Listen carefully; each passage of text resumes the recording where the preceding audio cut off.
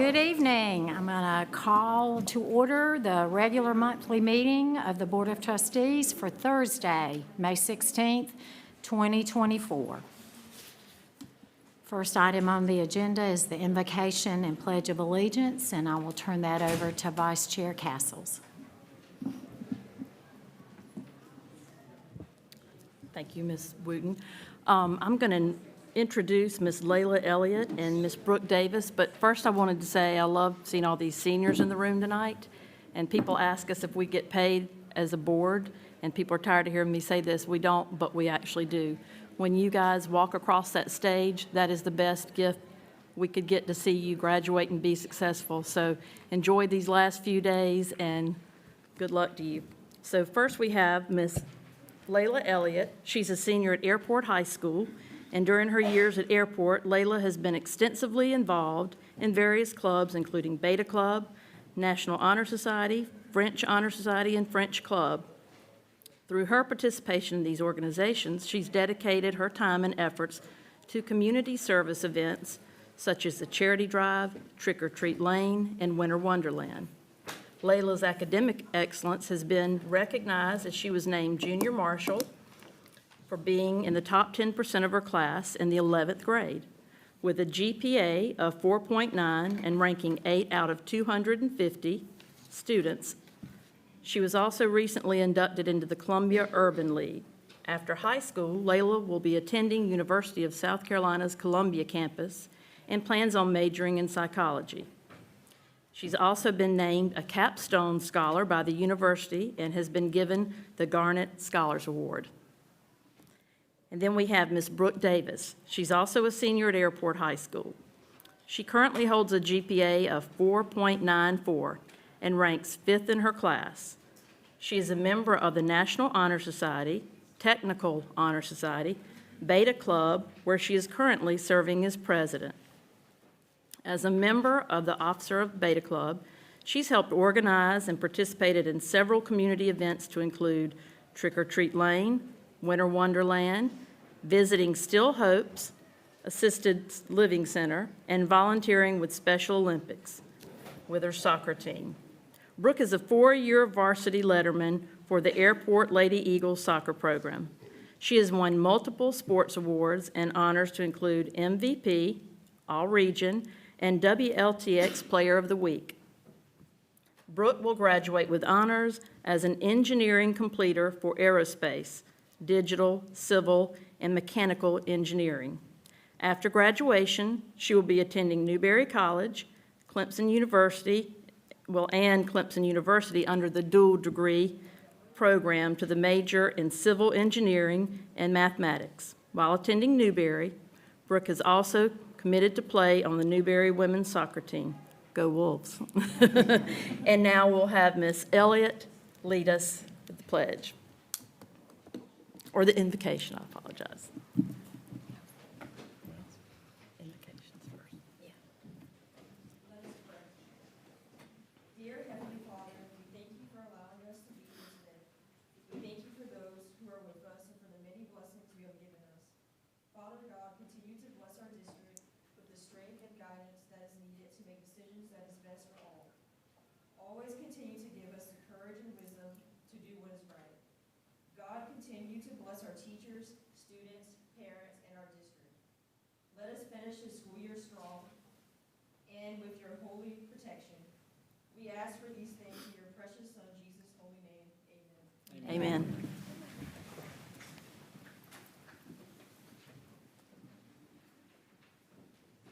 I pledge allegiance to the flag of the United States of America and to the republic for which it stands, one nation, under God, indivisible, with liberty and justice for all. Thank you, ladies. Thank you. Before I continue, I just want to give a big thank you, heartfelt thank you to Joni Coleman, Bernie Atkins, and Ann Reamer, and all of the innovation team that allowed us to be in your home for the last 3 years with our meetings. Y'all were wonderful and had to stay many a night with us till 11 and 12 o'clock, walking us to our cars, and we are greatly appreciative of that, and thank you very much.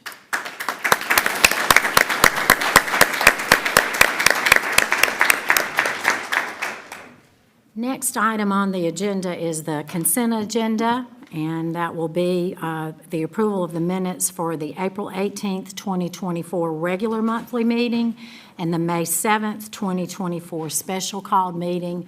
And if no objection, the agenda will stand approved as submitted. Next item on the agenda is honors and accomplishments and students and staff, and I will turn that over to Dr. Hefner. Thank you, Madam Chair. While we know that we have hundreds of special seniors walking across the stage next week, we thought we might take a moment tonight to highlight a few who are making extra strides in their own right. I will ask members of school leadership from Brooklyn Casey High School, Airport High School, and the Innovation Center to come forward and share the accomplishments of these fine young individuals in the room tonight. Whichever order you would like to go in is fine.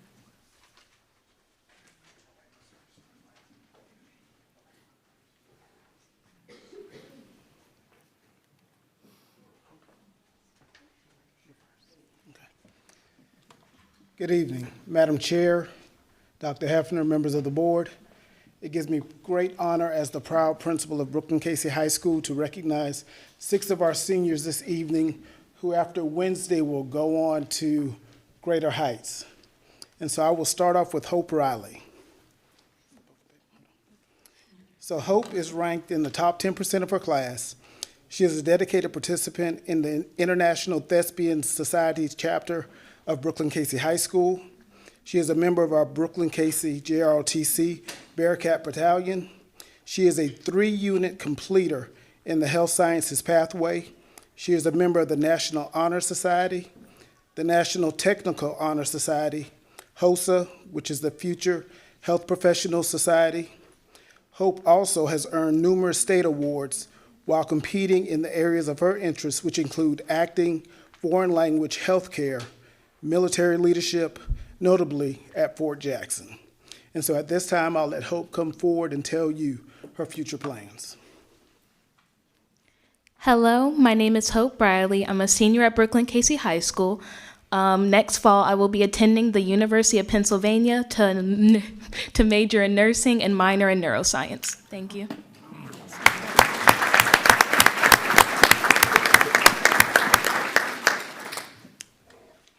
Next, we have Madam President, Sydney Artlip. That's what I call her every time I see her. She is the student body president at Brooklyn Casey High School.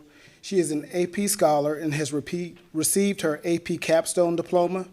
She is in the National Honor Society, where she serves as secretary.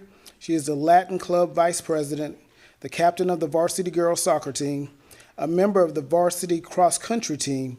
She has also received all-region honors for both sports in 2021-22, 22-23, 23-24.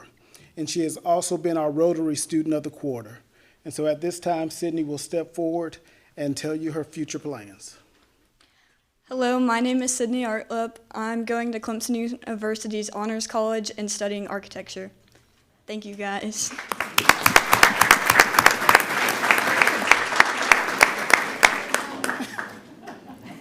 Somebody might be leaning against a light switch.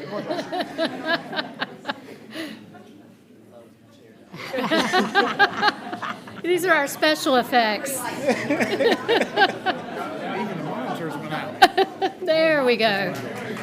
I saw that, yeah. He's looking around now. All right.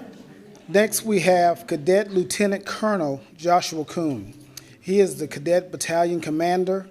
He was tasked with organizing the Battalion S4 during the unit insignia ceremony, intense planning committee, and the coordination of that program where we had the major from Fort Jackson on campus.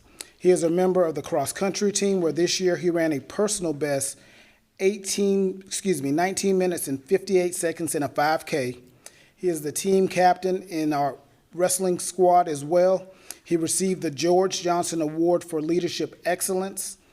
During that time, he has also worked with our Brooklyn Casey Theater, where he was our stage manager. Joshua also recently completed his Eagle Scout project and passed the board review to attain the highest rank in the Boy Scouts. And he recently wrestled or started his 6th season of wrestling, where again he was a team captain. And all through all of that, he maintained an AB honor roll. And also on last night received an $82,000 JROTC scholarship to Nice. Clemson.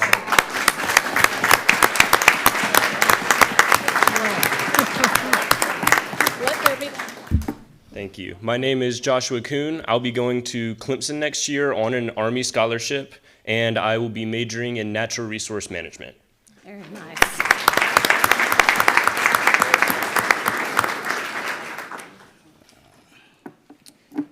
Next, we have Mr. John Maurer. John is ranked 4th in his class at BC. He is a Quest graduate. Earlier this week, we had our Quest graduation.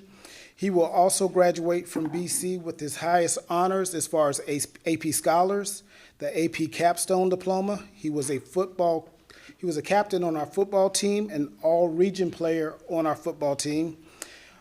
Soccer captain, as far as the soccer team goes. He was all-state in soccer. He helped our soccer team win the state championship back in 2001. He's the vice president of the National Honor Society and was one of the Rotary Students of the Quarter. John Maurer. Hello, my name is John Maurer, and I will be attending Clemson University in the fall to major in mechanical engineering. Thank you.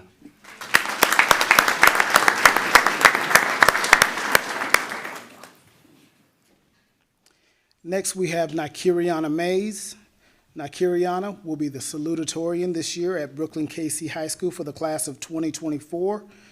Ms. Mays is an AP Scholar with distinction. She has also received her capstone diploma. She is a member of the National Honor Society. She's a member of the Sustainability Club. She is also a member and a founding member of our BSU Club. She also volunteers with the Women Club of Casey Walk Run, the Domestic Abuse Walk Run volunteer as well. Nikiriana is also a Murtis Walker Scholar. Nikiriana Mays. I plan to go to the University of South Carolina's Honor College and major in biochemistry and molecular biology. Sorry. Thank you.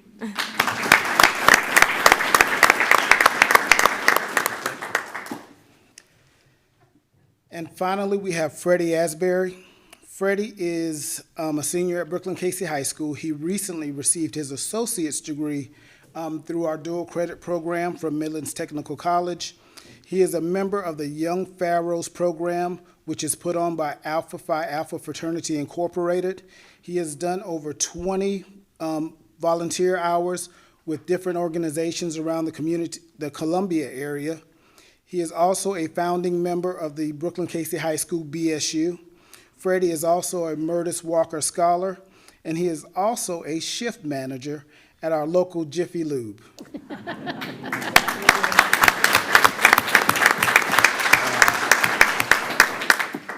My name is Freddie Asbury, and in the fall, I'm attending Winthrop University's Honors College, and I'm majoring in finance with a minor in computer science.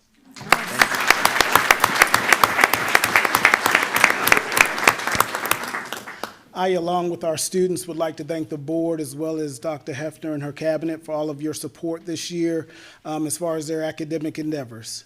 Thank you.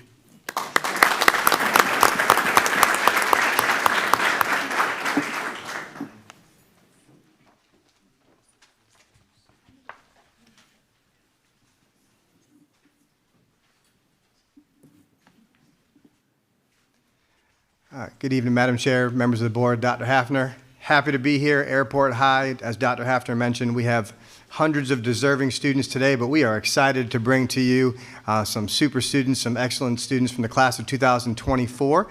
And I'm going to go ahead and start off with Sydney Edmond. She's our senior class vice president, a member of the Beta Club, and an early college student receiving both her Associates of Arts and Science in Interdisciplinary Studies. She obtained her General College Studies certificate. And outside of high school, she's very involved while volunteering at Mission Lexington, Baptist Educational and Missionary Convention of South Carolina, and has been a teacher assistant at Pleasant Hill Missionary Baptist Church Camp Daniel Summer Academic Program. Sydney was named a Founders Scholar, which received a merit scholarship of $56,000, as well as other numerous scholarships. She's a distinguished honor graduate. She's a member of the National Honor Technical Society. She's college ready, she's career ready, and she has a STEM endorsement. And now she's going to share what she's doing next.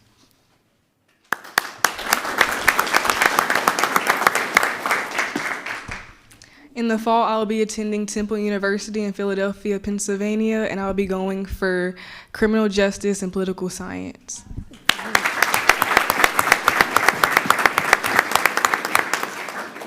Next, I'd like to bring forward Ruby Gonzalez Armenta. She has completed this task in 3 years. She is a distinguished honor graduate. She speaks 3 languages, Spanish, English, and German. Ruby has served as a guidance teacher assistant this year and has been very valuable to our guidance office. Ruby is a first-generation family member to graduate high school and pursue higher education. She's an exemplary student and will certainly do great things in life and is a wonderful representation of Airport High and LexingtonTwo. And now she's going to tell you what's next.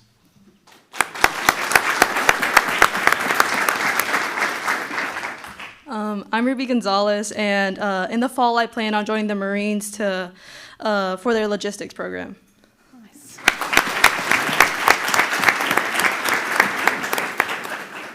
Next, I'd like to bring forward Taylor Gooding. She's been a member of the varsity cheer team since the 7th grade, participating in both competitive and sideline cheer. She was recently voted Region Cheerleader of the Year, is a member of our bowling team, National Honor Society, Technical National Honor Society, HOSA, and Beta Club. She was elected Rotary Student of the Quarter, and she received her certificate in collegiate studies from Midlands Tech, is a certified nursing assistant, which she obtained through LexingtonTwo's Innovation Center's Health Science program. She won Miss Senior and Miss Congeniality at Miss Aquila pageant this year. She has received numerous academic and athletic scholarships from Presbyterian College. She is a distinguished honor graduate, also college and career ready with a STEM endorsement. She attended Girls State during the summer of 2023 representing Airport High School, and she'll be returning back as a junior counselor. She's going to tell you what she will be doing next.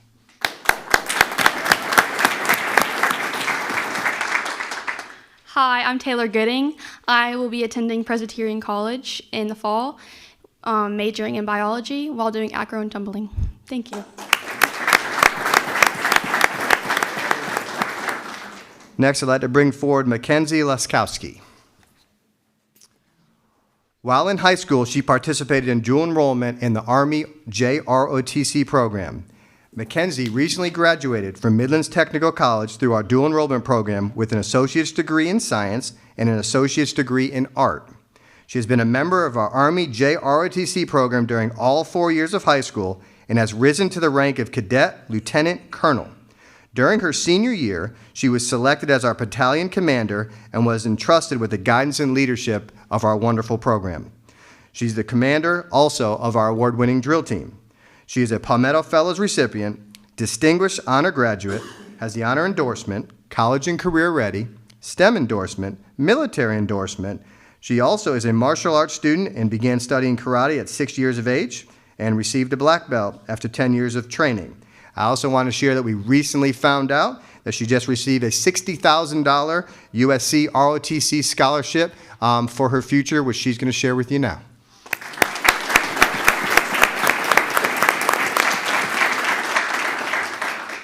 Hi, I'm Mackenzie Laskowski. After graduation, I plan on attending the Citadel Military College with the ROTC scholarship. Through their ROTC program, I plan to become an officer in the Army, and I plan to major in chemistry and minor in forensic science. Thank you.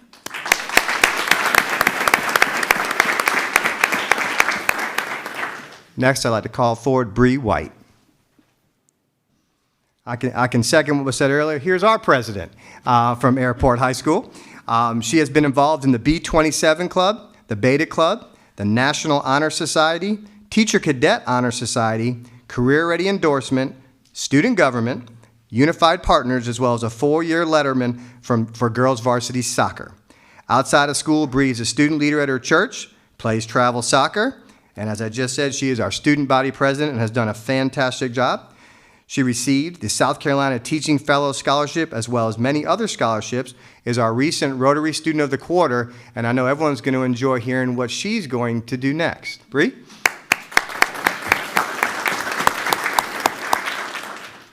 Hello, my name is Bree White, and I plan on attending University of South Carolina. I'm majoring in early childhood education and eventually pursuing a master's degree in special education.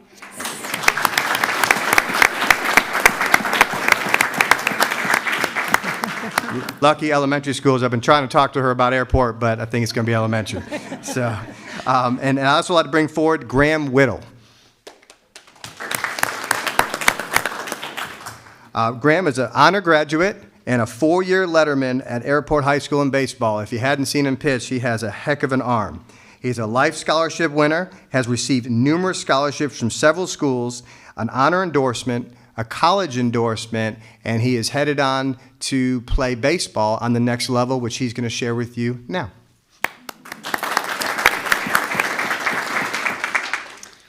Hey, I'm Graham Whittle. I'll be going to Coker University under a baseball scholarship to study and major in business.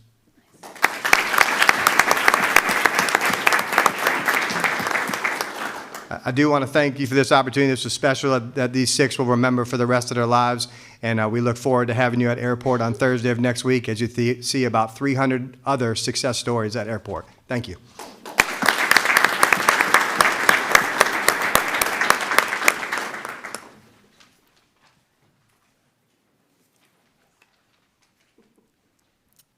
Madam Chair, Dr. Hafner, again, thank y'all so much for this opportunity to recognize some of our Innovation Center students tonight. I'm going to start first with Ms. Zamaya Cave-Sims.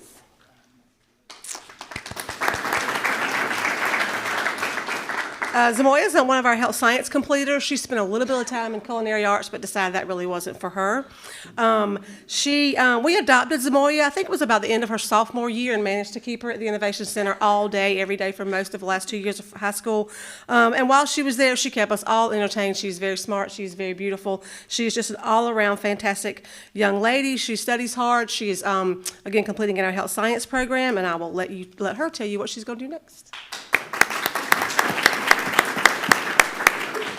Hi, I'm Zamoya Cave. I will be graduating from Airport High School, going into the National Guard this summer. Going out, I will be starting my studies in pediatric nursing and continuing as a pharmacy tech.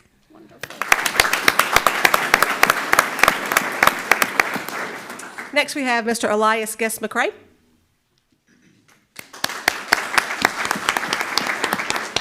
Elias is completing our barbering program, and I'll read to you what his instructor has said. Mr. McCrae has developed into a well-rounded and mature young man who will accomplish many great things in his lifetime. Throughout his high school career, Elias has excelled in every field of his education, taking on multiple extracurricular activities. He is a talented and hardworking individual who finds joy in helping others. He has amazing people skills and can make anyone feel comfortable around him. During his senior year, he has completed our barbering program so he can receive his barbering license. He is proficient at juggling multiple workloads from academics, cutting hair, and basketball workouts. He is a compassionate, caring, self-effacing person with an unshakable positive outlook on life.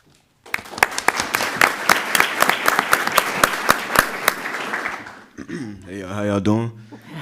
My name is Elias Guest-McCrae. I'm going to Francis Marion to continue my basketball career, and I'll be majoring in business to couple it with my barber's license so I can have my own hair businesses, shops, you know what I'm saying? So,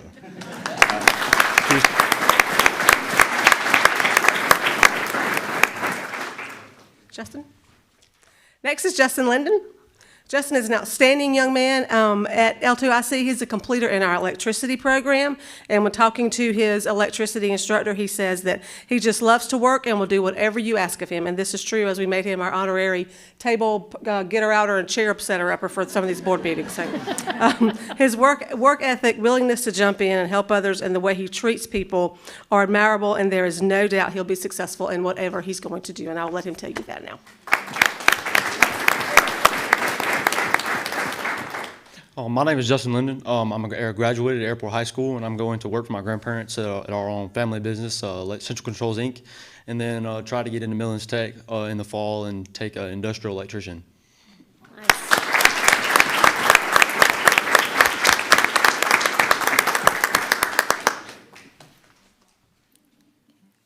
Is that it? Yes, ma'am, Madam Chair. All right. Thank you, everyone. Next item on the agenda is public participation, and I believe we do not have anyone that signed up tonight, so we will move on to, just press it. There you go. You're on. You're good. You're on. I figure while they're clearing the room, I just wanted to point out that I believe somebody sitting up here at this table has a special birthday today. So happy birthday, Miss Chitty Castles. Happy birthday.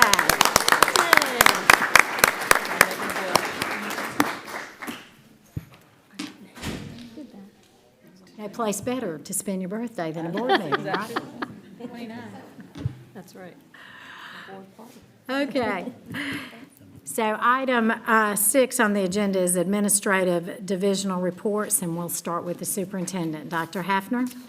Thank you, Madam Chair. Since our last regular meeting, we've had the opportunity to hold the ribbon cutting and grand opening of our Performing Arts Center located in this building at 3205 Platte Springs Road. Many, many people were in attendance to see the first student performances from all grade levels, and they did not disappoint. It was a very special event, and we are so blessed to have a venue, a grand venue like this here in Lexington, for our students and our families and our communities to enjoy.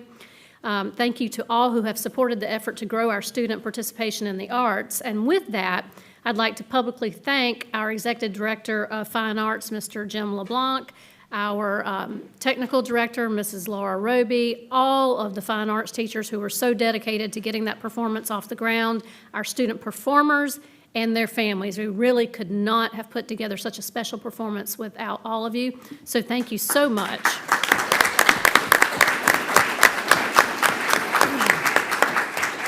And I know that that grand opening was just a very small picture of all the great performances to come, so thank you. And obviously, this time of year in the education world, we recognize the end of the year with a culmination of performances, awards for hard work and achievement, and most importantly, what you've heard a little bit about tonight, promotion and graduation ceremonies. The closing out of one school year comes with pride and excitement for both the students and adults, but often also the renewed angst about the unknowns ahead, going off to college and not sure what's coming next.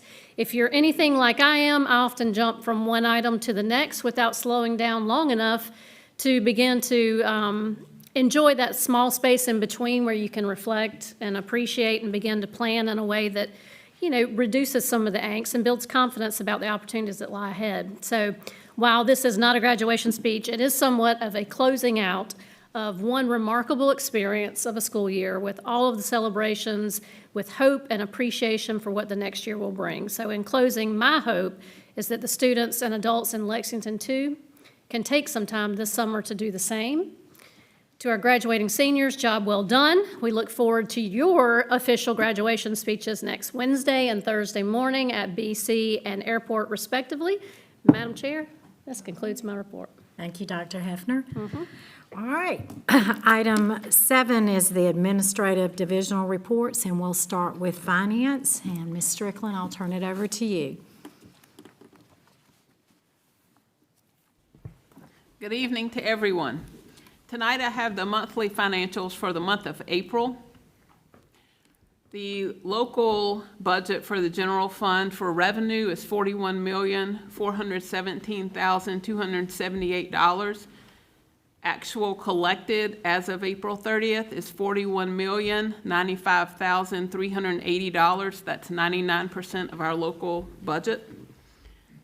For state sources, our revenue budget is $65,846,441. Actual collected is $53,682,058. That gives us a total budget of $107,263,719. Actual collected is $94,777,438. That's 88% of our general fund revenue budget. For expenses, in total, our total budget for expenses is $107,263,719, and year-to-date spent is $81,290,794. That's 76% of our general fund budget. The next report I have is the ESSER report. Year-to-date expenses, fiscal year-to-date expenses spent is $14,349,233. You see we have roughly $3 million encumbered, so remaining in our ESSER grant is $5.7 million, and we've spent 63%. A reminder, those funds do end on September 30th of 2024.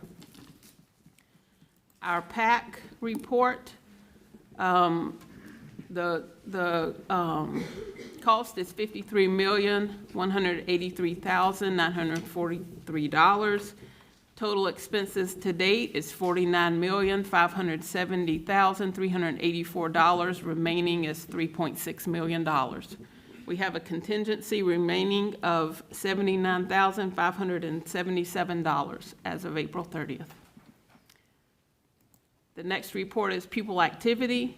You'll see ending March 31st is $1.5 million for the balance for all the schools. As of April 30th is $1.57 million, and that's an increase of roughly $42,000. Does anyone have any questions? Any questions? Okay. Ms. Rucker? I just wanted to ask if we can add the financial reports to the open to the public so they can see those attachments each month, just on the financial. Yes, specifically on the financial reports. Thank you. And that's it. Thank you. All right. If no objection, the monthly financial reports will stand approved as submitted. Okay. Next is item 8 of the divisional reports, and that's human resources, and I'll turn that over to Dr. Cooper. Thank you, Madam Chair, members of the board. Dr. Hafner will have our Director of Human Resources, Stephanie Hucks, come to the podium and give you an actual of where our vacancies lie today. Ms. Hucks. Thank you, Madam Chair, board members, Dr. Hafner, good evening. As of today, May 15th, we have 24 regular education teacher vacancies. We have 13 special education vacancies, and we have 24 support vacancies. Now, to give you a little comparison to last year at this time, I'm proud to say that at this time we had 64 regular education vacancies. So you can see that we are well up under where we were last year. We had 16 special education and 22 support. So hats off to our administrators as I continue to give them praise every month. They're doing a great job. So are there any questions? Any questions? Mr. Bray? I just wanted to say congratulations. I think there's 7 schools that don't have a teacher vacancy right now, and that's, a third of what we were last year, so keep up the great work. Thank you, Ms. Hucks. Thank you. Thank you, Dr. Cooper. Anything else? We're No, good? ma'am. Thank Okay. you. All right. Next is item 9 of the divisional reports, and that is instruction. Dr. Hafner? Yes, ma'am, Madam Chair. I would like to invite up Principal Angela Brown and her team to talk a little bit about some great work that they've been doing at Wood Elementary. Yes, good evening. It's a pleasure for us to be here. We're super excited for lots of reasons. We love what we're about to share, and we love that we're the first ones that get to be here in this building to do that. So we were super excited about that as well. If we'll go into the next slide, we have, it's me. Oh, no, it's not me. That's wonderful. So we just talked about that, and I said, I'll do the clicker. I don't have to. So we have with us tonight Kaylee Ziegler, Jalen Ziegler, sisters. One is team lead for first grade and one is team lead for second grade. Julie Brown, who is one of our special education teachers. Kathy Hutto, 4K, and Pam Freilich, who is also 4K, but she's one of our special education teachers. So they're going to come and talk to you a little bit about how we took what we were challenged with as administrators for our buildings and married those with what we were already doing to just do great things for kids.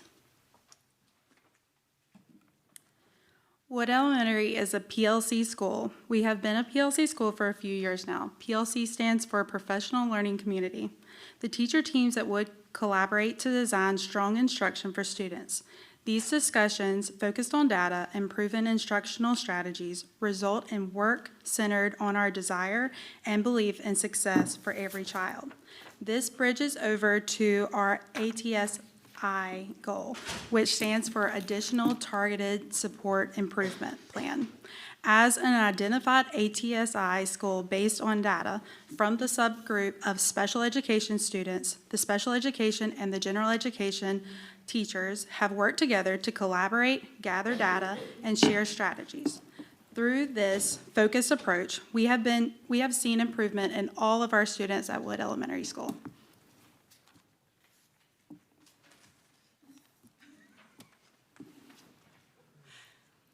Hey there, my name is Kathy Hutto, and I teach 4-year-old kindergarten. Go ahead. And I'm Pam Freilich, and I teach 4K special needs. Okay, next slide. So one of the cool things about 4-year-old kindergarten is the students come in as blank slates. We don't know them, they don't know us. So we get to spend a lot of time at the beginning meeting them, talking with them, and just learning who they are as students, as learners, as people. So after that, we take our concerns, take any great, wonderful things that we learn about our students, and we spend time together as a team, my 5 4K teachers, and Ms. Pam with her 4K DD class. We talk about our children, we determine what needs are there. If the needs are there for mainstreaming, then we start mainstreaming. And some of the pictures show the way that we do the mainstreaming, related arts, lunchtime, recess, and center time. And then it doesn't just stop there. We keep sharing long after we've already determined needs because they keep growing, so we keep talking about what they need to do and where they need to go. One of the things that we do that's really neat is we plan together. We spend a lot of time during our planning time together. That's our team. And then in the middle, that is a sample TACA that we used this year. We did, I think that one is about shapes. And you can see the pre-assessment is on the top in all of our classes. And then the post-assessment is on the bottom. And you can see how the red has decreased and the green has increased. So incredible results there.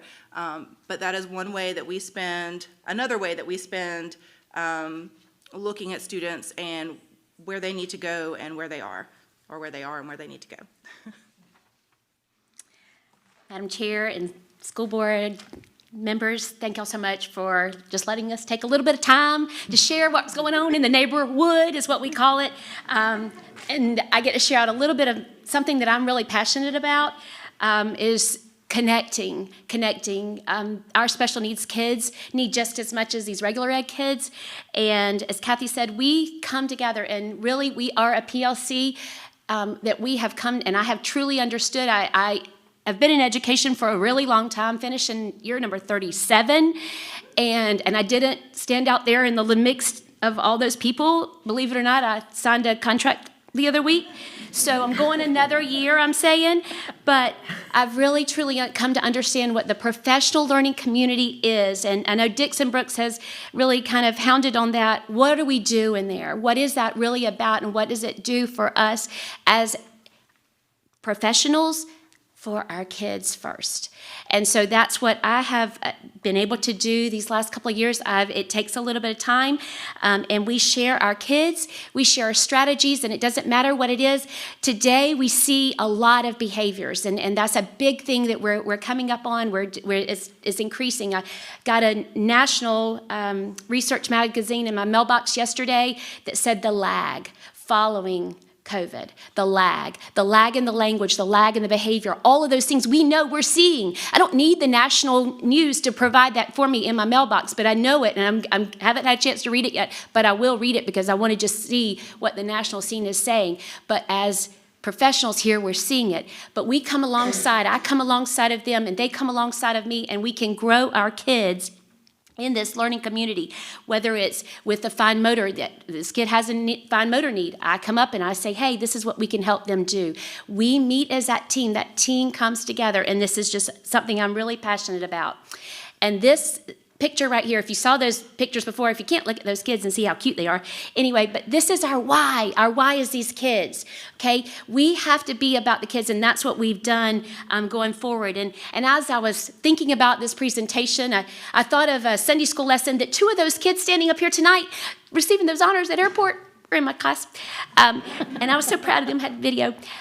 But I was telling them, one of the things we came together, we were talking about unity and really our beliefs. And if we believe that all kids, all people matter to God, and I'm going to admit, I told Angela, I got to throw it out there because that's who I am, because we do believe that, and it is the truth, then it's the same way. That's what we have to do. We know, if we look around and we see an outcast person, we seek them out. We see a person who's poor, we help them out. If we see the elderly, we find a way to go forth. The same thing's true about our kids.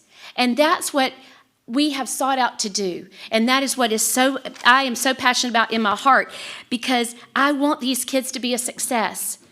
I had to share with Andrew Price, I said, my kids didn't meet exactly where I wanted them to be because I had to estimate at the beginning of the year they didn't get there. Guess what? I go back and I take that to heart.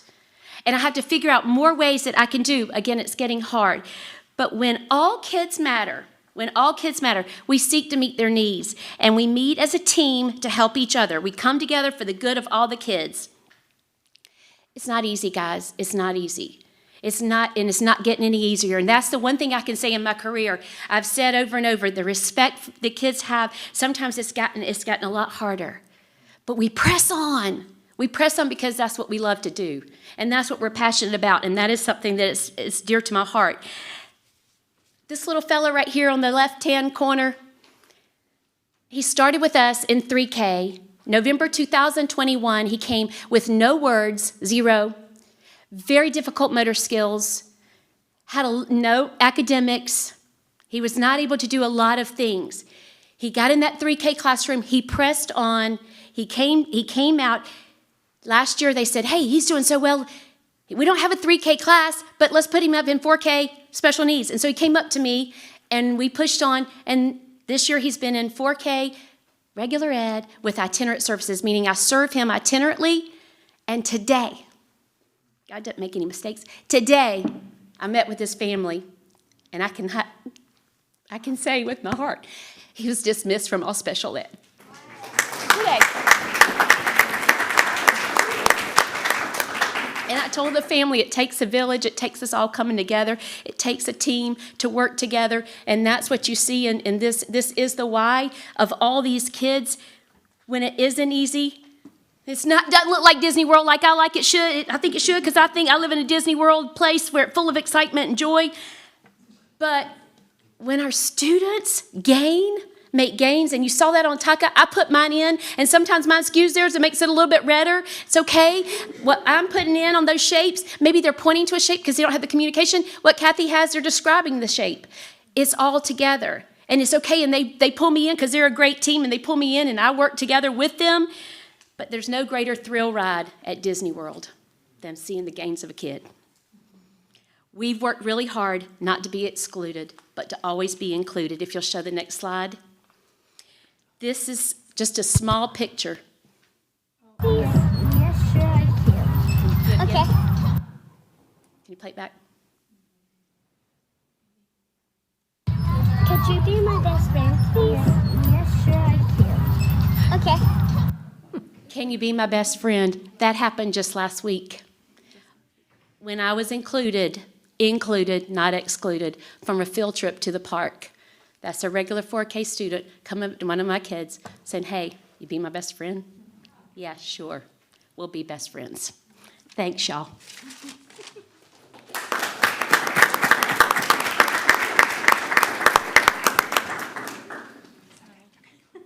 All right, now we're moving to first grade. I'm Jalen Ziegler, first grade teacher.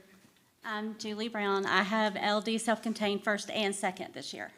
So some would say that there are 10 teachers in first grade at Wood, but really, there's 11, because we are able to work together. So this year, our master schedule was formed so that we would have a common planning, which has been great. It's helped us collaborate. So each week, we collaborate during planning and achievement teams. We walk through the TACA, and we are a true PLC because of that. All right, next slide. Thank you. Okay, so these are some TACA results from a math standard, AT07, Understanding the Meaning of the Equal Sign. You can see our CFA in the fall compared to the spring, and it's because of the collaboration that we have through the PLC process, thinking about those 4 questions, thinking about our student needs, and working together. And this data includes all students in first grade at Wood, so whether they're in gen ed or in LD self-contained. And then our next results is from an ELA standard. This is RL 7.1, which is retell and determine the theme. We see similar results from the fall into the spring. And again, that goes towards what we do collaborating as a team. Okay, so first of all, the pictures and names have been changed to protect the kids. But my friend John here, he is a first grade student who has been with one of the first grade teams, and he, along with his IEP accommodations, you can see on the Unit 4, which we took back in April, around the end of March, beginning of April, the CFA, which is the Common Formative Assessment that drives our instruction, he scored a 2 on the proficiency scale. When we took the CSA, the Common Summative Assessment, he scored a 4. Now, understand that is with his accommodations, but a year ago, I went to Dr. Burgraff and I was like, how do I do this? How do I include essential standards with all of the IEP goals that we have and those kinds of things? And he's like, it's doing the standards with their accommodations, and can they close the gaps? My friend John can close the gaps. He did very similar with a Unit 5 that we just took last week. The CFA was a 2 again, the CSA was a 3, so it's still grade level. And then the math one is also very similar. That was the same AT07 that you saw on the TACA form. He did a 2, and then on the summative did a 3. My friend in the middle, that's a second grader because I also team with the other Ziegler. I also team with second. Our schedule just allowed that for most of the year, not quite all of it, but I also team with them. And I have to say, for just a minute, I got more out of this than I think they did, because they are just fabulous, and it really helped me grow as a teacher as well. But she has grown 3 DRA levels this school year. She uses our new Touchpoint Math, SPED, our Touchpoint Math, and she is able to fluently add and subtract without regrouping, but add and subtract through 99, and that is a second grade standard. And then she consistently, between the CFAs and the CSAs, goes from 1 to 2. So, and has had a couple of 3s. My last friend here, I'm going to piggyback on what Ms. Pam said. This child started with her, nonverbal, when he first started school. He's going to gen ed next year as a 3rd grader. Definitely. He has scored over a year's worth of growth this school year, which is why we feel like he's ready to go. And we have a couple others that are there, but he's consistently scoring 3s on our summative assessments, again, with his accommodations that he has in his IEP. The next one, please. So we're going to kind of tag team this slide. The one that's on the left, those are some more, that's more data about my kids necessarily. Well, not my kids, our kids, but I have to plug that in. I have really pushed this year with the teams that these are students first, they're students with special needs second. And that's been a major shift in our thinking this year, not only for myself, but also for the gen ed people. And it's been across the primary part of our school.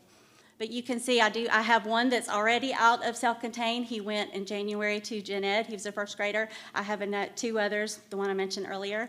We have 5 students that are consistently scoring the grade level 3 proficiencies on the proficiency scale with the competence summative assessments with their IEPs. And I have 3 out of 6 of my second graders who have grown a full year's worth of reading this school year alone. So they've done some really hard work. Some more results that we've seen, resource sharing supported Tier 3 intervention across the grade level, so things that Julie would share, we would be able to use with our Tier 3 intervention. Her special ed expertise promoted enhanced Tier 1 instruction, not only for academics, but also for behavior. And then our professional relationship built a bridge for ease of transition from gen ed to general ed.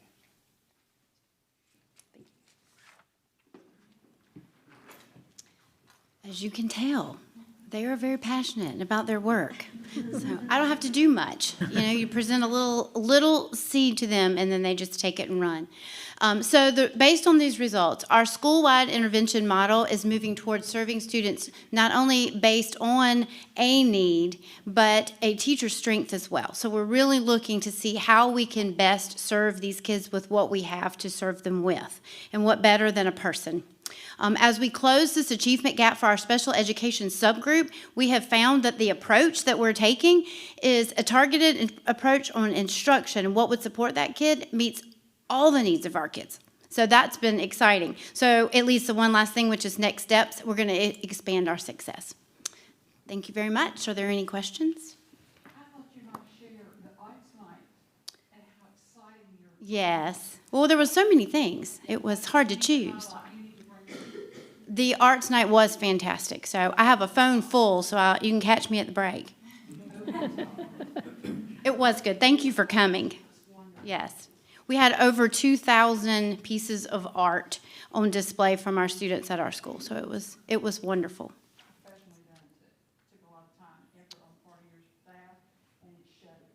Thank you very much. Thanks. Any questions? I'm going on that. Thank you, Ms. Brown.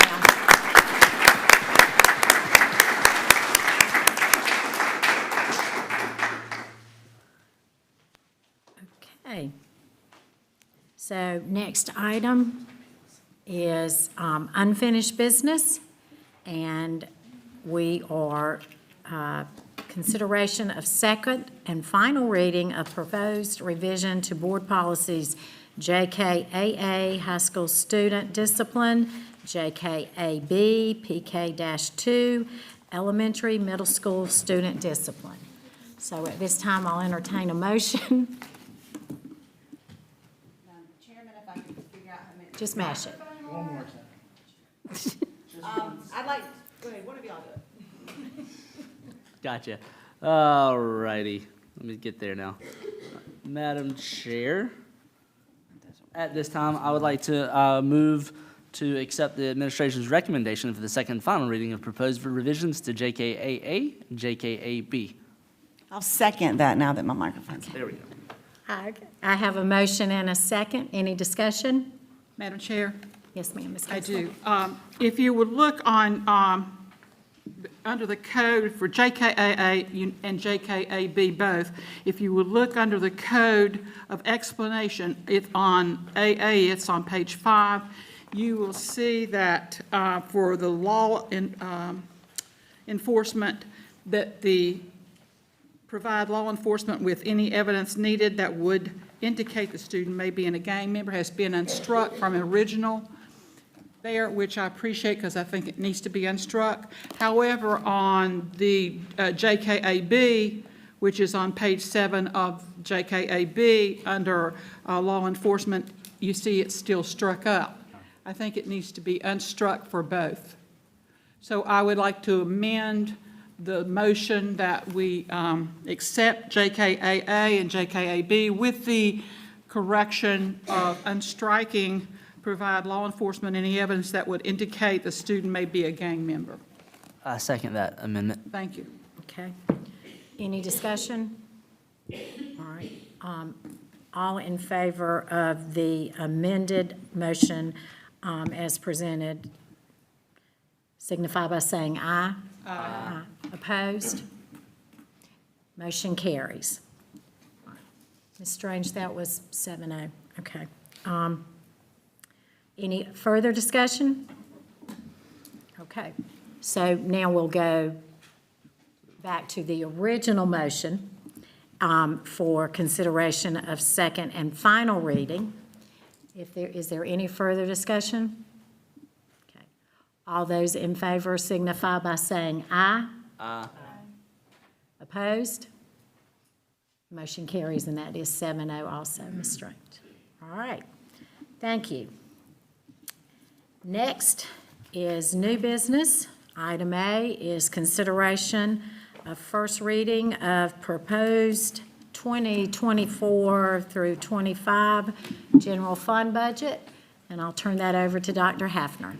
Thank you, Madam Chair, members of the board. I would like to publicly thank the board for their time vested into our budget work session on May the 7th. We are excited to bring you all what we believe will make us a very competitive district in the Midlands and in our state with recruiting and retention.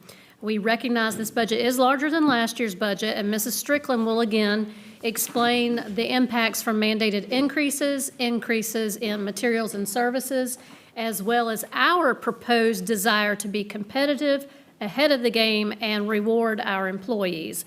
So I'm going to now turn it over to Mrs. Strickland to share information and answer any questions that we have.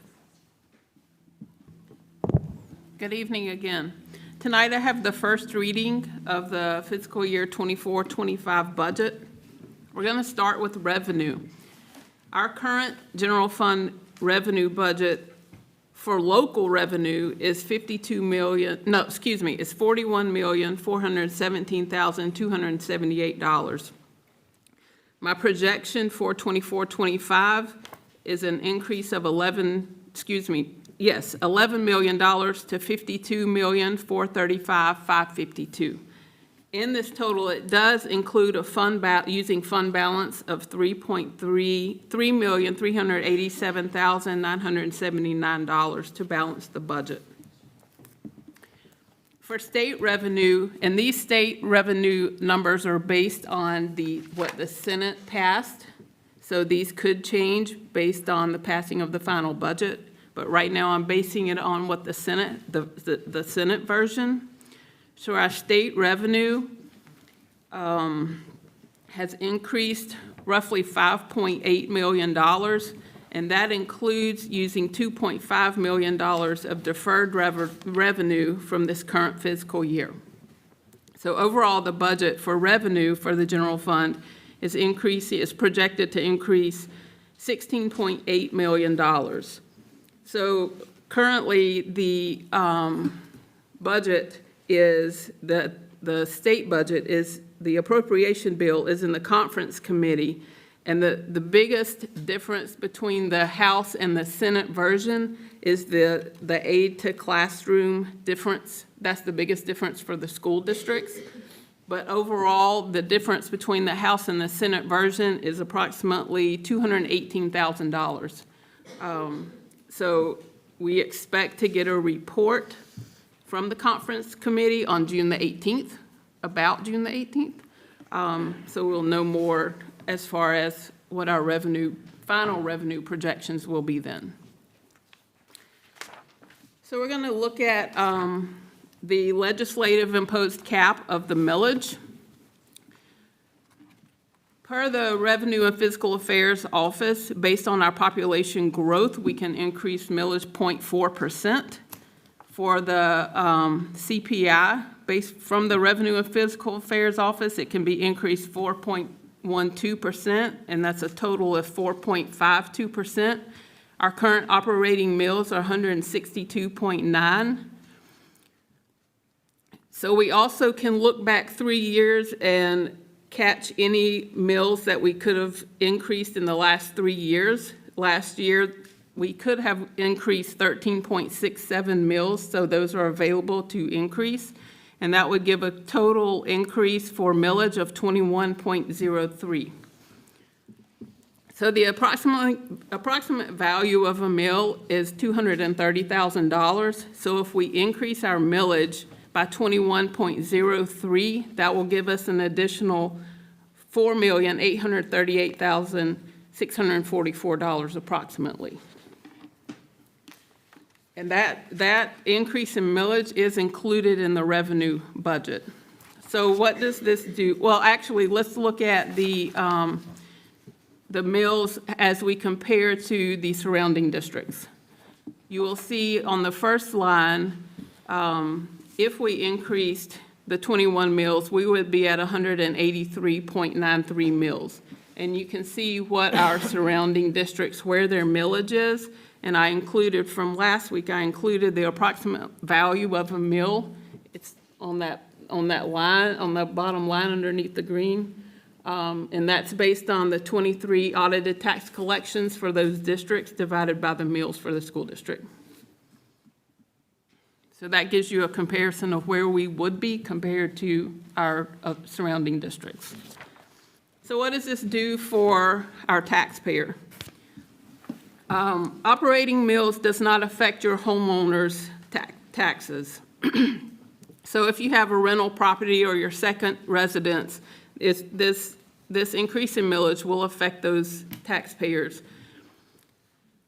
So if the appraised value of your second residence is $250,000, you can see the calculations. Basically, the current year, they're paying $2,443 in taxes. If we increase the millage, the increase would be approximately $315 a year. So the same goes for a car or a boat. You know, if your value of a car, your appraised value of a car is $38,000, currently you're paying $371. So if we increase the millage, it would go to $419, which would be about a $48 increase a year. And you can see how that would affect commercial property as well. Next, we were going to talk about the expense budget. The salary and fringes, the instructional salary and fringe increased $7 million. The supporting salaries and fringe budget increased $5.7 million, which totals roughly $12.6 million. The programs and operations part of the general fund budget, which is everything that's non-salary and non-fringes. The instruction increased $984,000, and so support increased $3.2 million, totaling roughly $4 million, and that gives us a $16.86 million increase.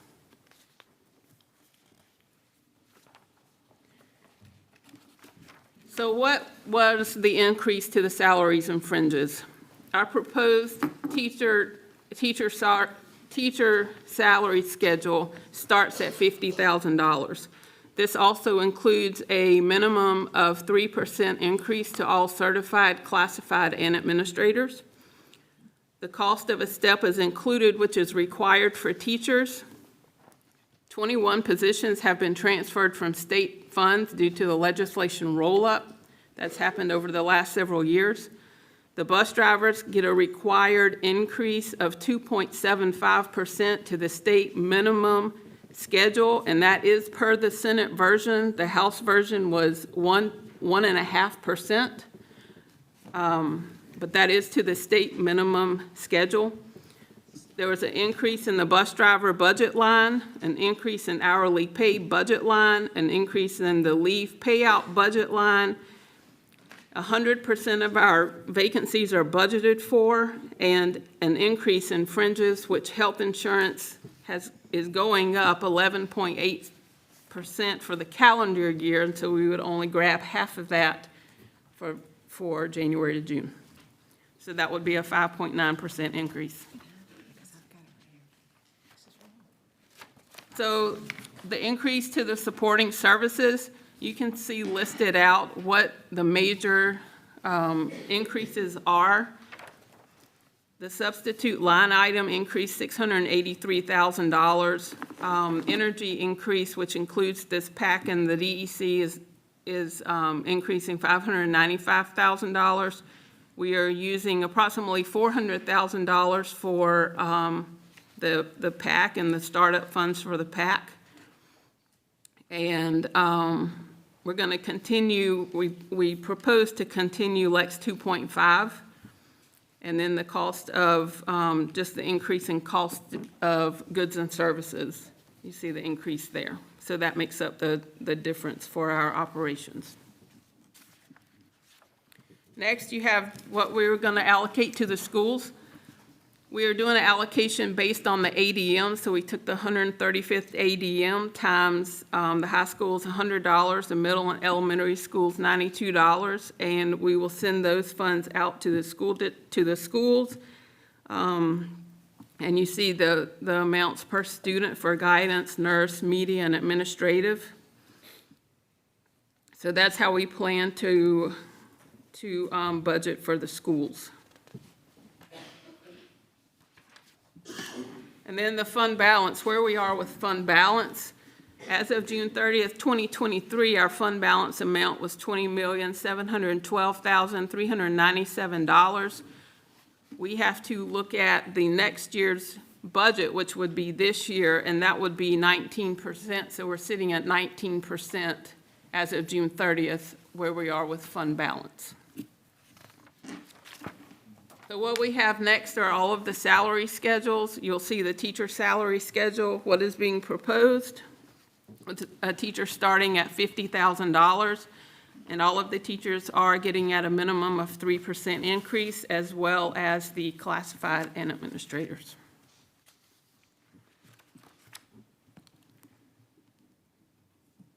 Are there any questions? Madam Chairman. Ms. Brown. Yes, I did have it on. I left it on. I don't think we have to cut these on and off, maybe, so I'll just leave it on. First of all, I want to thank Ms. Strickland. We, as my old-timer friend and I over here, have seen, this is our 24th budget we've seen. And so we've seen a lot of different styles and presentations, and everybody who's ever presented a budget to us has always given their own unique spin and, you know, been able to explain it to us in their own terms and stuff. But I would tell you, this packet that has been prepared tonight, that you prepared for the meeting, is one of the most comprehensive and understandable packets I think I've ever seen. So I wrote a law school paper on budgeting, believe it or not. That was my paper for law school. But I would tell you what, I understand it even more now that I've reviewed what you gave me. And I thought I understood a lot about it, but I've understood even more. So I really appreciate the format that you've given us. I appreciate the thought that you and your team have put into this budget and the time. And I also appreciate pretty much everything you've done since you got to our district. And this is the calm before the storm, and then I'm letting them ask questions. But what I'm saying is that you bring a trustworthiness to that position, and that's why when I came to pick up my budget notebook and you kind of hit the highlights for me, my question for the other board members to her was, well, and I called her Sky. But Ms. Strickland, are you going to be able to sleep and put your head on that pillow and sleep good at night, knowing that this is a good budget and that you can make this happen and that we'll be in good financial position for the district in the coming year? And she said, I absolutely can. So because of my trust in you and the things that you've already accomplished, I'm going to be in favor of this budget. So, I mean, I'll make a motion to approve the first reading of this budget. I'll be honored to do that. And then obviously, once you get a second, open the floor for more discussion. All right, I have a motion. Do I have a second? Second. Second by Mr. Key. And at this time, I will open for discussion. Have a motion and a second. Any discussion? You going? I've got a question, so whenever it doesn't matter. Go ahead. Okay, in your budget, on the very first page, in plain language, that means that you're going to take $3,387,979 out of fund balance. Is that accurate? Okay, let me explain that a little bit. So I No, have, no, don't explain it a little bit, explain it a whole lot, because in 24 years, we have never, ever gone into fund balance. okay, And that's been a sacred animal. I understand. And it's sacred, still with me. I am old and I ain't changing. I understand. So for the use of fund balance, we put that number in there to balance the budget. So at the end of this current, Big number. at the end of this current year, if we're in the black, that number will fall into fund balance. So we can assign whatever number that is to cover the expenses for next year. So it would be assigned to cover the expenses for next year. So actually, we won't have to make any kind of, whether we choose to transfer from capital projects, or if that's the choice we want to do, then at the end of 24-25, if we have to use fund balance, then we could vote on, as a board, to transfer that from capital projects if that's what's, the will of the board. If is a big word. And what you're saying is you're going to take that 3.4 million out, and if things work out, you'll pay it back at the end of the year. That's projected. If is a very, very big word. And we have elections coming up in November. Our society is a very changing force every day. That's a big risk. That's all I can do right now is project. Well, okay, thank you, ma'am. Madam Chair? Right. With that projection, if you go to page 10, what would, if we would pull the 3.2 or whatever it was out of the current fund balance, right, one more slide, one more page, right there. Yep. What percent are you projecting? So next year's budget, 124 mil, right? We take 3.5 out, that's putting us at 60, crude math, 16.2. Roughly 17%. So 16. That's where we would be sitting at 17%. Would the number still be 16 million? If we took 20,700,000 and we took 3.2 out, that puts us at 17.5, right? Mm-hmm. And that, based on this projected budget's roughly 17%. Okay, with that figure right there, you're saying that the state makes us maintain 8%. 8.33%. 8% of that $124 million you're projecting is 10 million. Had it right here in front of me. 12,400,000. It's, Well, exactly. right. So if you take money out of that fund balance, we would only be able to exist if we had to go into that fund balance for maybe 1 year, maybe a year and a half. Correct? Depending on how the current year, ends. What if we're in the middle of the year and we have to have the money? Well, based on my budget, that should not happen. That's right, should, not, again, those if and shoulds are big words. Okay, thank you. Madam Chair, if I take 17.5 million and I divide it by 124 million, I get 3% lower than 17. I get 14%. And I think once we start getting below 16.5%, we start getting in a very scary spot. So I just want to be clear on the numbers before we proceed to kind of the more succinct issues that I have. Do you get something different than 14.113%?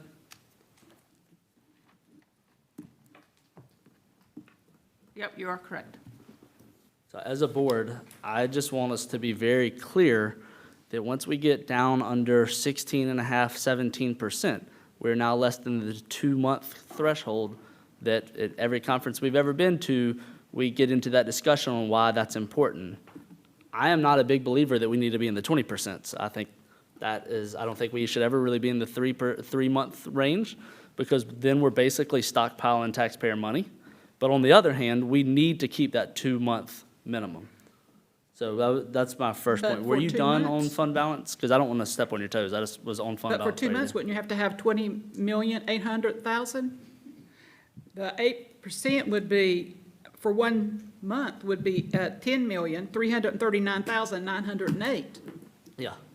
based on the proposed budget. You need, Okay, and for 2 months, we would fall short now because we don't even have it now. and that's under the presumption that we get to carry 3-point-something million in the black from this budgeted year to next year. Well, if, Ms. Kessler, if, If the ads are hot, we might win. you know, if we ended this current fiscal year with a $3 million increase to the fund balance, then that would take the place of what we're using currently, to balance the budget. Correct, but if we take 124 million, divide that by 12, 124, 1, 2, 3, 4, 5, 6, divide it by 12, multiply that by 2, that's 20.6 repeating million. Our current fund balance is 20.7 at less than 20%.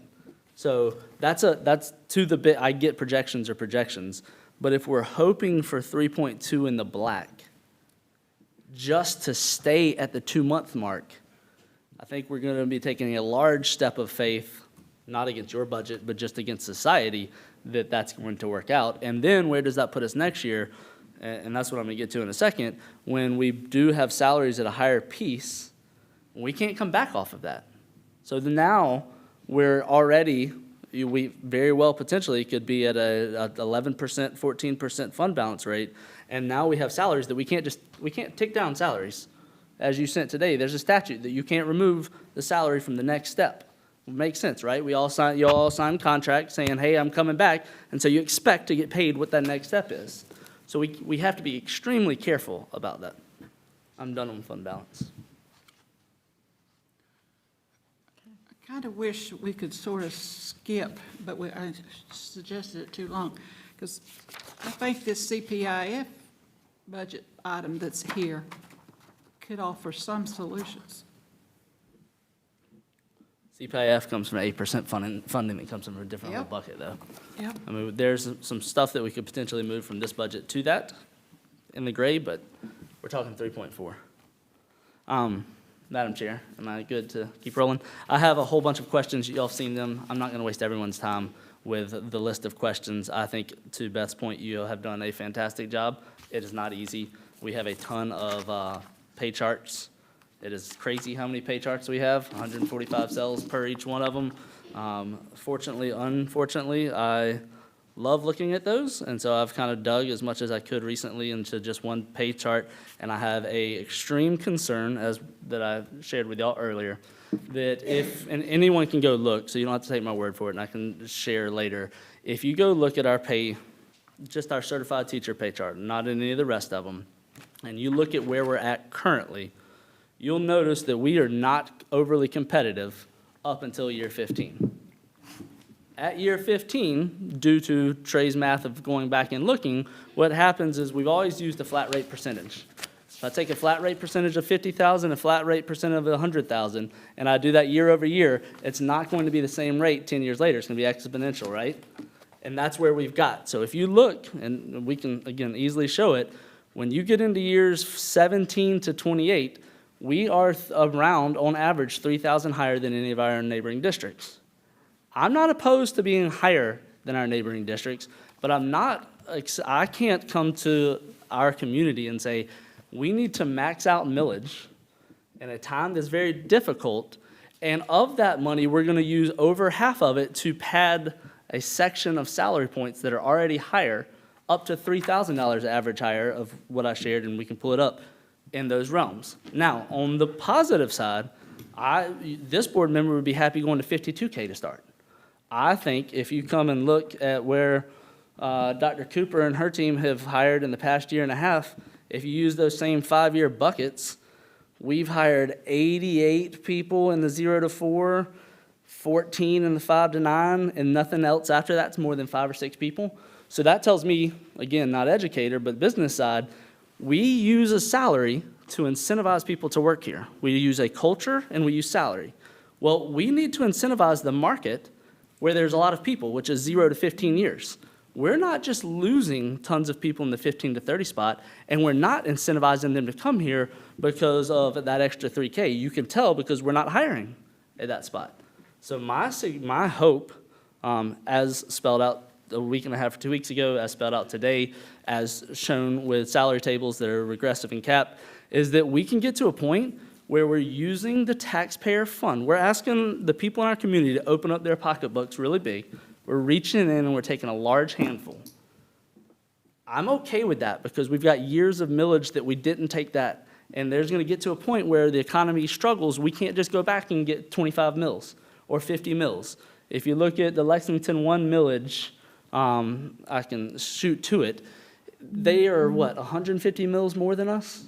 And the value of their mill, appreciate whoever's working that, are right there. If you can zoom in some, look at Lexington 1 versus Lexington 2. Lexington 1, the value of mill, so each mill, if they raise 1 mill, they're going to get approximately $320, probably this year it's going to be $350,000 for that 1 mill they raise. If we raise 1 mill, because we're a much smaller, more limited tax basis, we're only getting $215,000. So their millage is already significantly higher than ours, right? And they're probably one of our biggest competitors.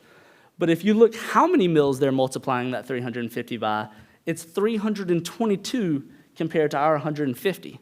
So I may be in the minority at some point. I am okay saying, taxpayers, please open your purse because we will never be able to come back and get this. And when the economy tanks, we're going to have to need that because salaries are important. I'm not okay saying when I reach in and take that big chunk of change, I'm going to do it to incentivize the positions that are already padded higher than anywhere around. And when I say anywhere around, if you look at year 20 to 25 plus, our average across all 5 lanes, just on certified, not the rest of them, is around 75K, whereas our closest neighbor, Lexington 1, is 72.8. 72,800, and if you look at Rich 1 and Rich Lex 5, they are tied right at 72. So we're not talking about all of a sudden, if we don't raise something big towards the end, every teacher still, as you pointed out, gets the step increase, right? So every teacher is going to get a step increase, but we're not going to be cranking it up and throwing an extra sum of money, the projection's about $1 million, which is about 4 mills, to a spot that we just don't need to incentivize. We need to put that money as much as we can to those first 5 buckets. And the last thing I'll say to that is, with the way that ours is shaped right now, if we, in Trey's opinion, make the mistake and we lift those 15 to 28 buckets higher at a flat rate across the board, that's now going to take us 3 or 4 more years to catch back up. And we just doing a regressive capped model for the next 3 or 4 years will not get us back to the same pay tables that our competitors are. So if 3 years from now this board wants to be competitive at the 57, 58 starting range, we're going to either have to we're going to have to find places to cut massively from, and I don't think that's where we're at. Again, I've mentioned these things to all of y'all. All of you've had the ability to see it. I have no problem explaining and talking it with anyone. I think we have to be extremely fiscally prudent, and I hope that, most importantly, I'm glad that we're at over 50 for our starting teachers. I would like us to see it 51, 52, because if we can't differentiate, then we won't be able to go snag those last 22 spots for Dr. Cooper. I forget what I was saying, but there you go. That is all I have for now. Okay. Any other comments, discussion? I do have one other comment that I want to ask Sky something, Ms. Strickland. On May the 7th, that's just 9 days ago, you told us that one of the things is that the administration wanted to grow the fund balance. How do you grow the fund balance when you take money out of it? I'm sorry, I don't remember saying that. Yeah, you did. You made the announcement that. Okay, thank you. Okay. Madam Chair. Ms. Rucker. Thank you. So I do love the format this year, so I just wanted to piggyback on that. It's very easy to follow. The numbers are there. I appreciate that. I am also super excited that we have our starting teachers at 50,000. I think it is critical that we were one of the first to get there, and if we can make this work, we will be, and I think that is huge, and super thankful and excited about that. I am concerned about using the fund balance, and I am concerned that next year we'll be competitive with this format in all categories. My concern is that in the near future, we won't be as competitive on the front end of the table again. And I don't want to get back in that situation. So between first reading and second reading, I would very much like to keep the starting pay at 50,000. I would like to see us not use the fund balance. And I would like to also understand how over the next couple of years, we're not going to be in trouble on the front end of the table again. So those are kind of my main concerns and over this budget right now. Madam right. Chair, I don't want to hold up us moving this forward. Our next meeting is June 20th. 20th. And I think the Senate committee comes on the 18th, so 2 days prior. If we don't have a first reading here, I don't think we're allowed to have 2 readings back to back. So that really becomes difficult. So I will move to amend our current motion to state, or to add the verbiage so that we can keep moving.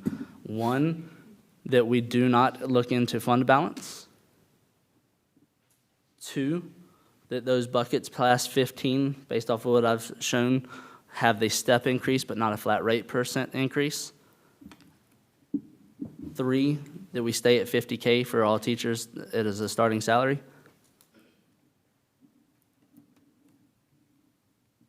That's it. Okay. I'm sorry, what did you say, from what step for no increase? The document that I sent you where it shows where if you take the regressive increase based off spots, wherever our regressive increase becomes lower than what the current next step is, that would be the mesh part, because we don't want to reduce it all, but we want to crank that money up. So if we take that money from the overloaded side, we can clear up the fund balance concern, the 14% to 17 or 18%, hopefully, we can still stay extremely competitive because we'll still be about 2K over our competition, and now we can get really competitive on the low end. And we'll have to do that for at least 2 or 3 more years if we want to really be there 3-4 years from now. There's no other way we can math it. Okay. Okay, so there's a motion on the floor. Is there a second? Yes, Ms. Kessel. I'm not completely understanding his motion. Move to amend the motion. Yes. So that we're still in that we approved the first reading. I understand that part. Okay. My part is that you want to freeze the upper end Correct. without any pay increase? No, they automatically get a step increase. You can't freeze anyone's individual They pay. would only get their step increase. Correct. But then, So for instance, if you are at year 25, you will get $1,148 increase. However, if you're at year 4, you'll get in our current budget, a $20 increase for your step increase. okay, so you're saying that those of us that are up in the 20 and 30, 25 years, we're not going to get an increase in our salary other than our step increase. Correct. But we're going to give administration their step increase plus, of course, there's no step increase because they don't put out the years. They just put a flat between here and here. I'm not for a flat rate against the board, across the board for any reason for exactly that purpose. But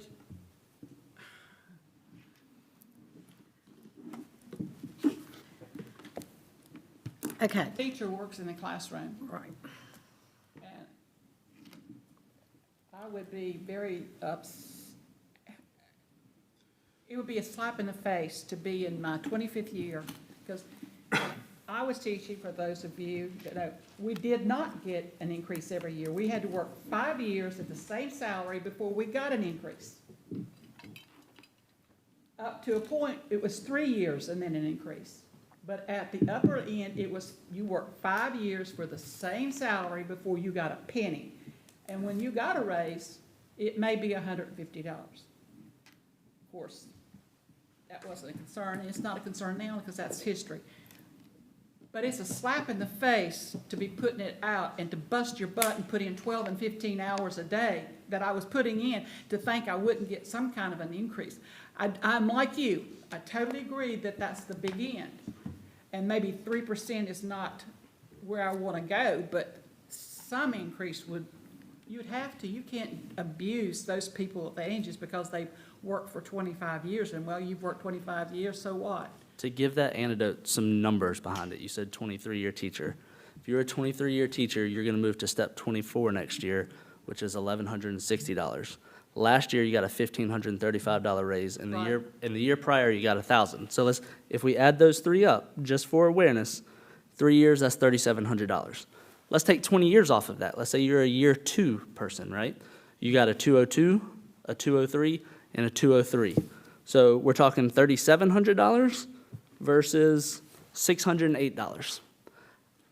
We can use the word slap in the face, but I can tell you, if I was a third-year teacher working in a classroom, very hard, just as hard as somebody who's a 23rd-year teacher working in the classroom, I don't think mathematically anybody can say it's a slap in the face that this person's getting a $3,000 raise over a $600 raise over a 3-year period. And I think it's important. That's why I said you had a legitimate concern, but you still have to give them some piece of the pie. I feel certain that you could take where that mesh point is, so like bachelor's with nothing is 17 years, the other one is 14, that you could take from that mesh point forward and move it at multiply it by 101.125, something so that there's a step plus. But a 3% mathematically gets us exactly where we're at now, and we cannot continue to do that, especially if we're at 14% fund balance and we're going at a full, and I'm for looking back on mills, but we're going 21 mills. I think you've got a point. The need that we have, the market these people are hiring to is 0 to 10 years. That's what all the data states. So we have to be, I know that there's wonderful teachers out here at 25 years and we care about you, but what we need, Sounds like it. what we need is to get teachers in the classroom. We can't leave extra money on the table when we're still talking $600 for 3 years worth of work versus $3,100. It would be different if it was the other way around. I would be completely with you, yeah. That would, if Christina had been there for 20 years longer and she only made $600 and I was making a $3,000 raise, that would be intense. I completely agree. My motion still sits out there, so I guess we should have cleared that up before we started discussing. I think it didn't get a second, so I'd say it dies for lack of a second unless. Yeah, I don't have a second on that motion. Well, the second should have started the discussion, so. Okay, and some so I people guess it jumped would in, be- so yeah, if. I will put my motion back out there as it Okay, was. And then I'll entertain a second. Second. All right, we have a second by Ms. Rucker. Now we'll continue with discussion. Ms. Castles? Madam Chair, I'm all about these younger teachers getting an increase, but the 20 and over, there are jewels. Retaining teachers is so very important, and many of these people could have not stayed with this profession, and they're very bright and could be making money doing something else, but they chose to stay in the classroom. Some of them chose not to be administrators, so I do not want to send a message to them that they are not valued, and I really would like to see them get a bonus too. Okay, Ms. Branham. All right, so it's a budget. And you could take just about any of the proposals and say, okay, I'm only gonna, I think she's doing 100% for all the vacancies will be filled, blah, blah, blah, blah. She could do that at probably what the true value is. There's all kind of places she could go in and find that money from. I'm listening to a person that I trust who has her fingers in the money every single day, not in a bad way, but has her fingers in that pie every single day, who knows what we're going to have. I trust her because she has gotten us to this point this year. And I feel like if she tells me this is a good budget, I can sleep at night. I'd like to do this placeholder, but I still think we're going to end up with this extra over at the end of the year that really basically would roll into fund balance that really is kind of a wash. I got to trust that, number one. Okay, so let's just go with that, number one. 25 years of dedicating your life 2 children. Starting out as a 21-year-old teacher puts you at what age? 46. So at 46, we're basically saying freeze, stop, you're just getting, your little cell bump, except when you don't get that anymore. Not true. You're And the getting cost of- $1,000 versus I didn't 300. talk though while you were talking, so please. Gotcha. Okay. So, and then we're also sitting here trying to, you're kind of throwing some apples and oranges together by saying, okay, well, this younger teacher didn't get that much, they only got 600, this one got 3,000. But what we're not putting in that formula is that in order to raise them to the 50,000 starting range, all the other ones went up too. So you've got to capture the, 2,500 additional that we paid those babies, the first-year teachers, to get them there? You got to have that 2,500 in your number. You can't say that's not a number when the zero last year is getting paid 2,500, I believe it was, 2,500, am I wrong? I'm not looking at the numbers, gosh, that might be. Whatever the starting sale was, I believe it was 47.5 last year. So, right, if we take them to 50. 44 last year. Oh, well, even better, make my point even better. So here's the other thing we're not considering.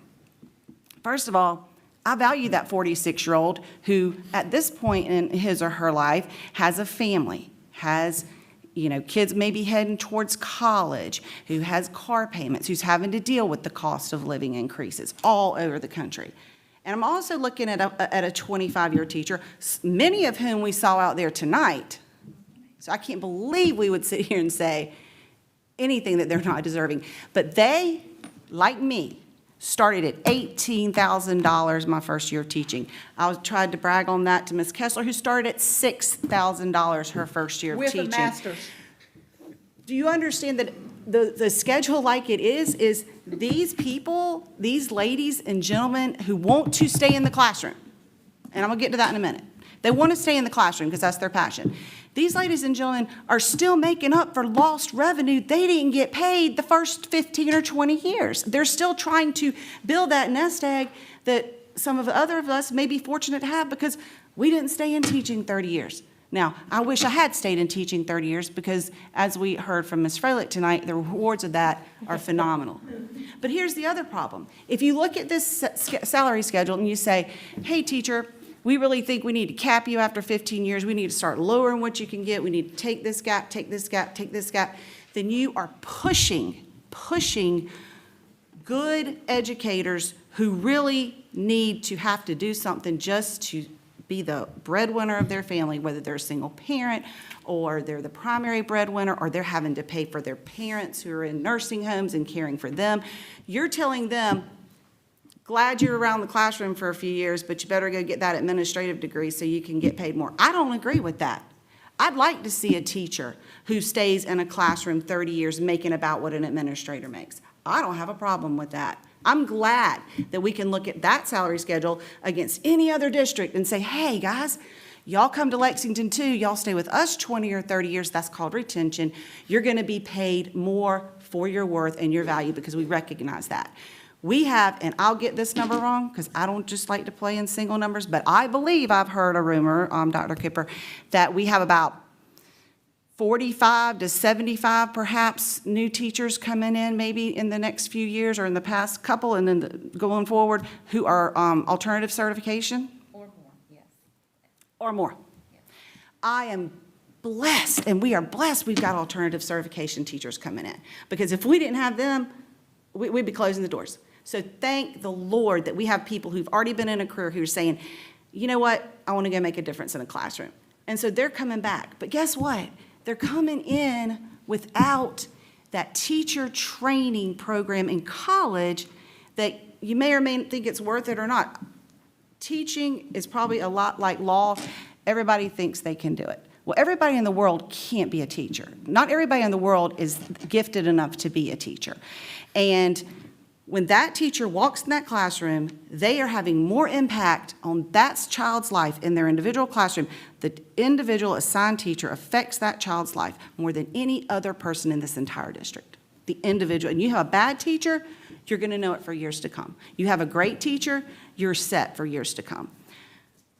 So at the end of the day, These veteran teachers, some of whom you've seen in here tonight presenting, who you saw out there in their passion, they're coming back, retire, rehire. Who do you think is going to have to take over and be the team leaders? Who's going to have to stay at night and hold hands and explain classroom management and pat a baby teacher on the head, when they've just had all they can take? And who's going to mentor them and show them? And we're going to tell them that, yeah, well, we're glad you're doing all this extra work, but at about year, 15, 16, 17, your value's starting to burn out for us. No, I disagree with that fundamentally. I will never agree with that. And I'm pleased that we have a teacher salary schedule that I can be happy about. I've been wanting to see us do something with a teacher salary schedule because they are the ones day-to-day making that difference. So I'm sorry, I'm very passionate about that. And part of the reason, Mr. Bray, I am not standing in a classroom teaching right now and I'm sitting on this board is because of the money I was going to make to have to go back into the classroom. I went to law school because but I was the only person in my law school class who did not intend to be a lawyer. I went to law school to get my doctorate, to get to the highest I could get on the teacher pay scale at my years of experience so that I could support 3 children. And then I had to end up staying as a lawyer because it couldn't match where I am. But I'd rather be in the classroom. That's what my calling is. That's what I grieve every day and every school year when it starts, that I'm not in there making my classroom decorated and watching excited faces and knowing I can make a difference. I don't want the teachers we're bringing on now, some of who are leaving other professions to come to us, I don't want them to feel like, well, I really do like this and I really feel like I'm making a difference, but after about 10 or 15 years, I need to just move on back into industry or whatever it is you do, or, I've got business owners up here, whatever it is all we do. They shouldn't have to leave the classroom to either be an administrator or go back into industry just to make a reasonable living. I don't think any of these numbers in any of these cells is an unreasonable salary for what they're doing for kids every day. And if people want to complain about, there's some bad teachers who are making a lot of money and they're not doing any work as much as a first or second year teacher working really hard. Well, yeah, but you know what? You keep a good salary schedule like that and those positions might just get more competitive. So, again, I'm for this teacher salary schedule. I would never be for stopping it or decreasing it after 15 years, I believe is the number I heard, or 25 years altogether. I can't stomach that. Sorry. A couple of points to that. Number one, nobody, especially me and not the amendment, talks about decreasing anything, not once. So if we use the phrase unreasonable salary, that word's not coming out of my mouth, and it stands that I think all of them are reasonable. I think we need to work harder to get the bottom to where it needs to be so that we can be marketable. Because at the end of the day, emotions are important. What really matters is if y'all can get teachers in your classrooms. That's the bottom line. So I can also say that, yes, there's a bunch of catch-up for the older teachers. 100% agree. You know how I agree? Because I grew up the son of 2 teachers in this district and in a local district. So I fully get it. That emotional part doesn't make a big difference when at the end of the day, we have scales that we have to make even. And one of them, we can pretend that we can make everyone happy, but the numbers are just blatantly honest. You're going to go work hard. We've got HR right here, and they've got a new teacher, where they work with the first-year teachers. They're going to go bust their rear ends, build up a fantastic first-year teacher. We see it. We'll probably see it tonight. We'll lose 3 or 4 continuing or first-year teachers solely because they can just go to another district before they find out how great this is for $2,000 that we're now given. Now, that first-year teacher is getting a $200 raise. $200. Guess what they get the next year? $200. The next year, $200. The next year, $200. Those 5 200s don't equal what the scenario that we're saying for the 23-year teacher who gets a $1,500 raise. So I'm not saying I'm taking anyone's money at all. I'm saying we have to be fiscally responsible and marketable so that we can fill vacancies, because that's what a salary is for. We have a culture to keep people, and we have an incentive system to then pull people in. The only other point is this 25-year teacher, if they are upset and they feel that I don't respect them, I would love them to call me and talk to me, one. Number two, they have to then figure out which district they're going to go to and take a $3,000 pay cut. Plain and simple. Okay. Madam Chair. Oh, yes, Ms. Rucker. So I've been listening to what everybody's saying. I've been looking at the numbers as well. Pretty heavy lately. And at the top of the scale, we're highly competitive right now. And I agree, I want to stay highly competitive at the top of the scale. My concern is that the bottom, next year is awesome. All the way around, top to bottom, it is amazing. I love that. My concern is that in a couple of years from now, in the very 2-3 years from now, we're going to be off again at the beginning of the scale. And then, so we could very easily have year 2-3 teachers want to shift to another district because they're bumping up the earlier years quicker than we're going to be. So I don't know about just stopping it at 15. I would love for y'all to work your number magic and figure out how to give a little bit more there. But I don't want to lose our teachers after they've been here for 2 or 3 years because they can jump a district and make another extra $1,000, $2,000. So I highly value every level. And I know we're high at the top right now, super competitive at the top. I don't want to lose that competitive edge. They deserve that. But I also don't want to lose it at the top of the scale in a few years. I think there's just a little more work that needs to be done. So I don't know if we could take that, not stop it at 15, and just let this group work between now and our June meeting. There's the guru right there. She'll be able to tell whether she can do it or she can't do it. Well, I kind of feel like that's more of like a 6 months to 9 months to year-long process. Because if you truly want to take a look at this salary schedule, and again, I would never be for stopping at year 15, year 25, any of that. They want to stay with us, they deserve to keep getting something extra rather than their step. But that's something that y'all could look at and have a workshop on and spend 8 hours next January looking at. I think it's a little problematic they've brought us the budget, they've said this is what we want, this is what your superintendent has said, this is my budget. Please pass it. This is what Mrs. Strickland has worked on. She spent a lot of hours with these numbers and everything else. And I'm sure if she had another thing that she thinks would work, she would have already given it to us. But to sit here and say, okay, well, we're going to pass your budget, but it's kind of contingent upon this, that, and the other. And oh, by the way, you have 1 month to finish it while you're closing down schools, while you're finishing up the year-end budgets, while we're doing graduations. I think that if there's any merit to any piece of what that proposal is, that's something that needs a little bit of time to veg and look at and let everybody really take a deep look at it.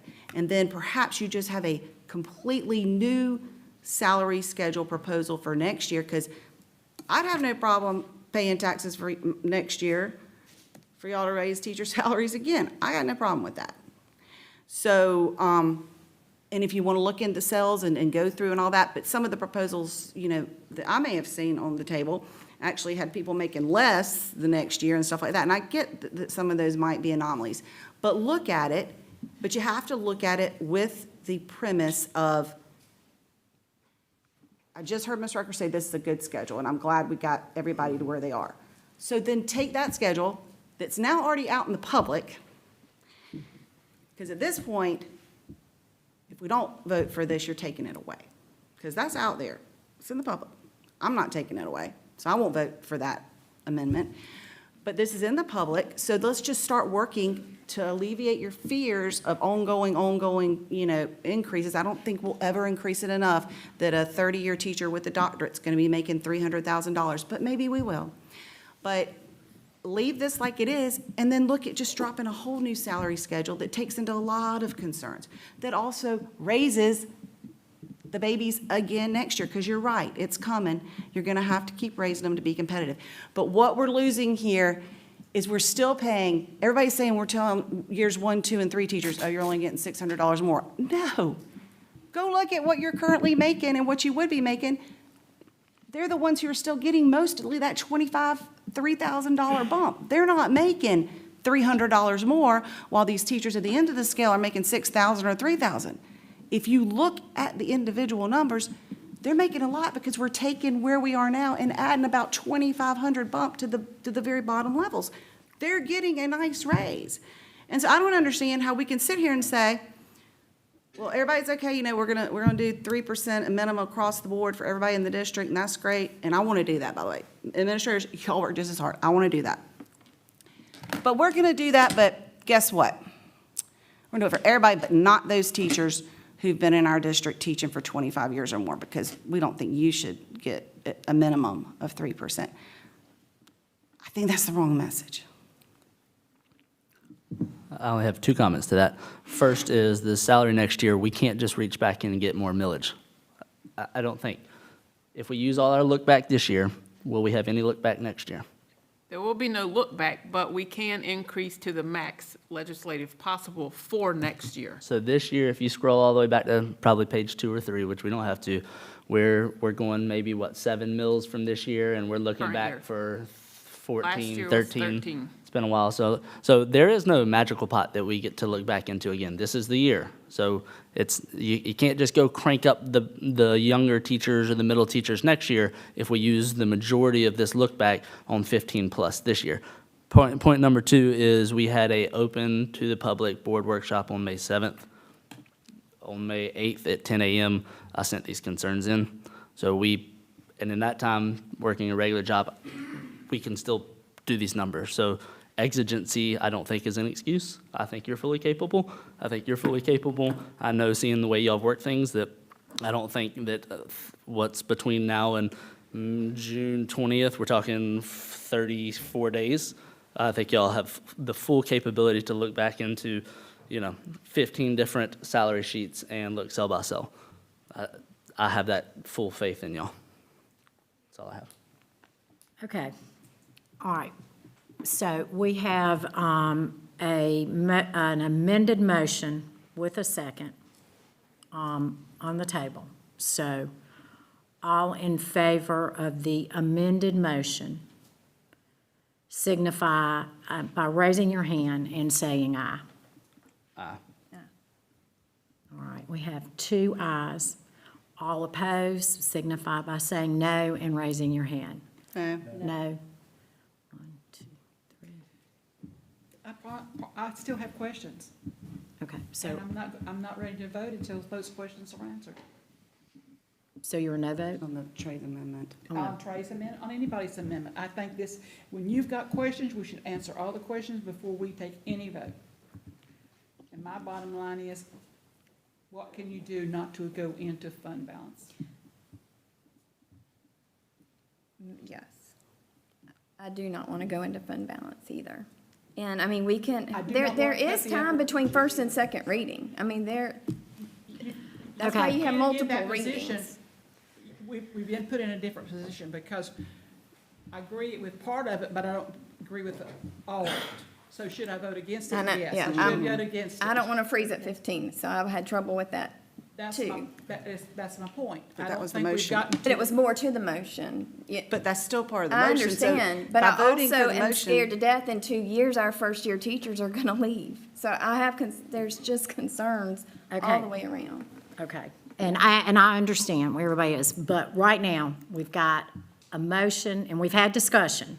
So we have an amended motion and a second. We have 2 no votes, 2 yes votes. 2 yes votes. Okay, all right.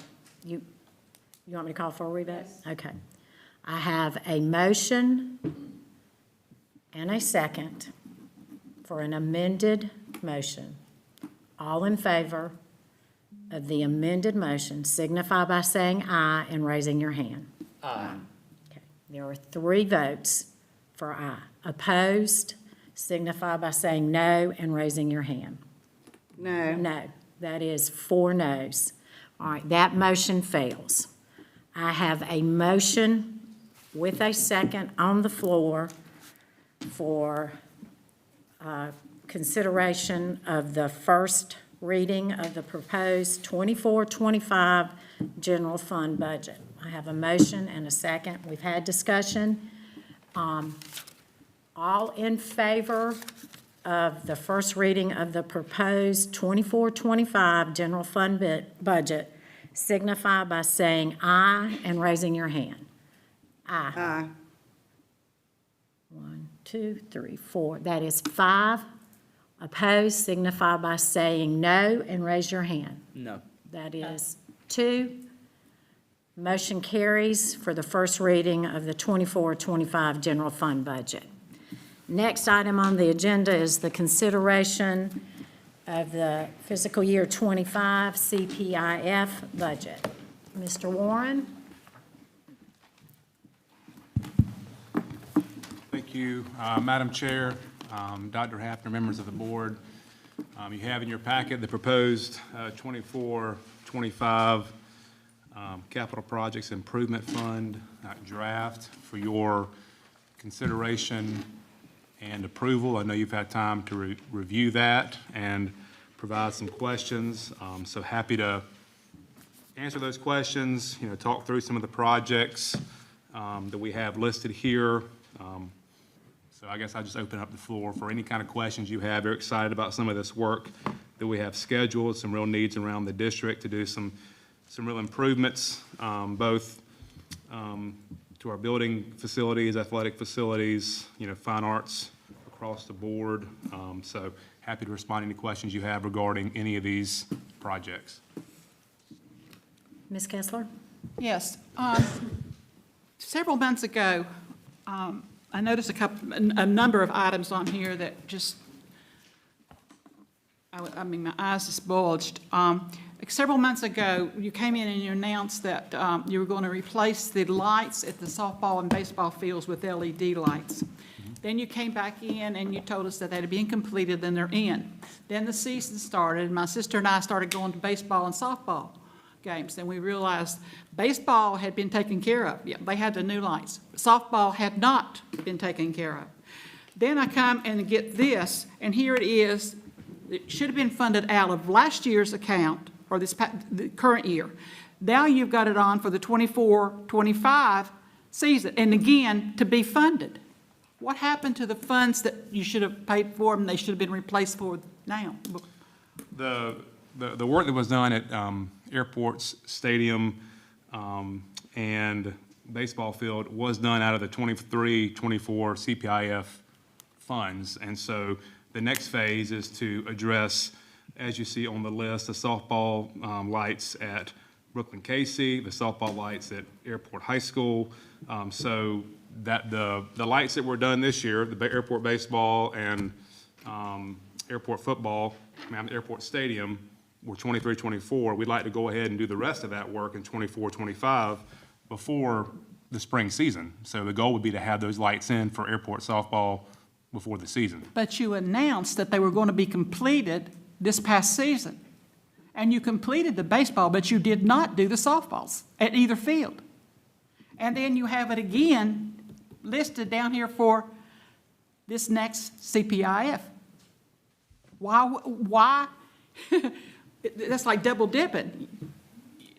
You sort of put it in there for the last year on the funds that were available, and you told us it was going to be done. I'm trying to recall that discussion. I do remember us having that Well, conversation. several board members Yes, ma'am. remember just the same way I. And I'm just to clarify, and I apologize if I didn't communicate that clearly enough. I know the plan was to do that for this coming year, the next CPIF. That was the plan. Yes, we had absolute intentions of doing that work and bringing that to your attention for approval for this coming year. Mr. McPherson, something you'd like to add to that discussion? So I have the board approved CPIF for last year, and it says Airport High School baseball lights, Airport High School football lights, BC High School baseball lights. So there's no softball this one last year's. It was announced in here, airport and BC, baseball and softball. I do. This is the budget that y'all approved right here. It does not say anything with softball.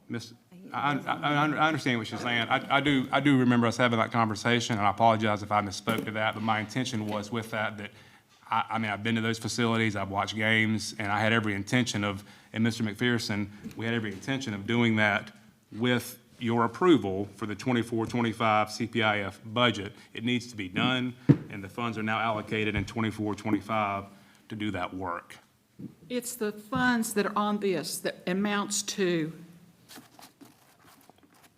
$4,790,000. This is what bothers me. We've got some things on here that could have been applied in another area, but we wouldn't have to go into fund balance. And that's what bothers me. We're living beyond our means. We're wanting everything. We're like children who can't wait. And they need it, and they need it now. They want it, and they want it now. I think our district is like that, because if we really needed the $3 million to finance the pay raises for everyone, we could have used some of this money for it rather than some of the extravagant things that are on here, in my opinion. Yes, ma'am, I do hear you, but I mean, that is a different source of funding. This funding, my understanding, Ms. Strickland can, she's the finance expert, but you cannot use this funding to support any kind of salary But it raises. could have been worked into other areas to free up other monies that could have been used for salaries? Yeah, Been I mean, told that in I'm the sure past. that Is that not true? Well, I'm thinking you're speaking of the ESSER funds. Yes. Well, those go away in September. I can't speak to what happened in the past. The ESSER funds were approved for other purposes. Ms. Orker? Madam Chair, thank you. The roofing and the HVAC, that could be under ESSER, correct? So that's, what, like 1.5 million roughly? So could we look at, The issue with ESSER is, I mean, there is a sunset to that. So we have done a lot of roofing and a lot of HVAC projects to this point, utilizing ESSER funds. There's more that need to be done, and I know Mr. McPherson has some work right now that is going to occur this summer utilizing ESSER funds for roofing and for HVAC. It's just, there is a sunset to that money when, you have to continue to do the work, and that will not be available anymore to fund those projects. Mr. Brown? Madam Chair, thank you.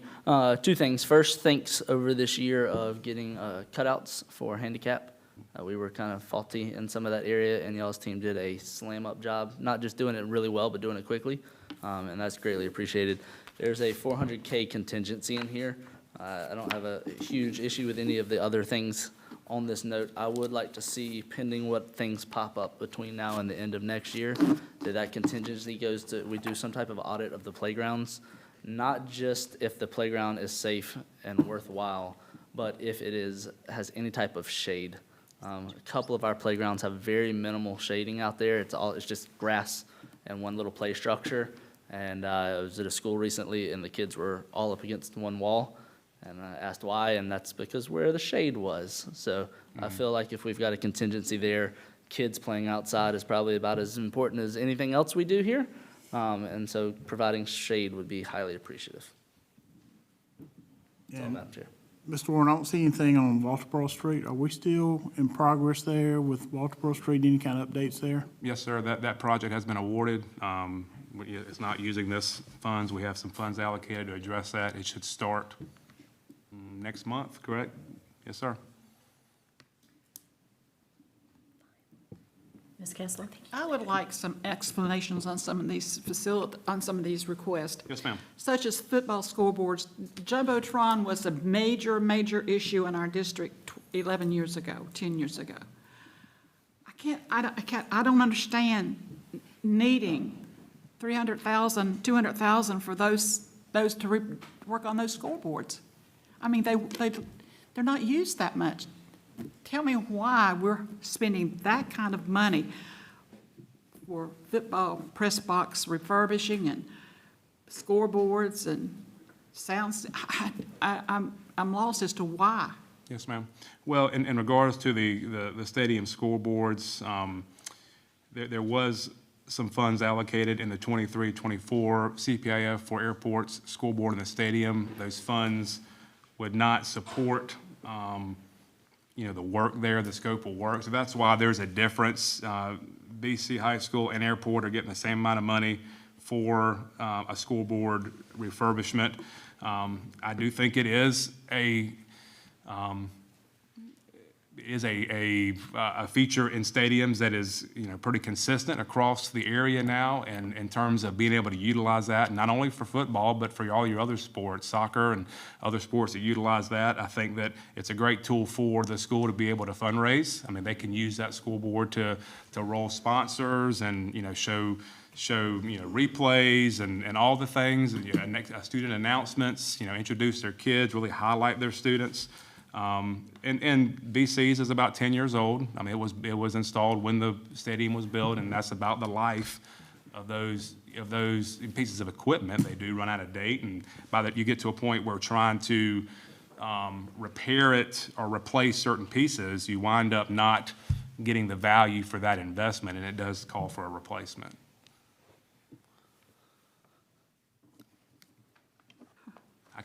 Other question, I would need anything else for that, but it is to provide a video board for airport and to replace Brooklyn cases that needs to be replaced.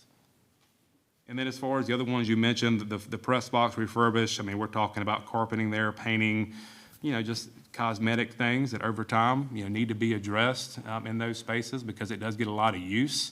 And so we want to make sure they're, first class, clean, neat, highly attended to spaces that we're proud of, because time does come for those improvements to be made.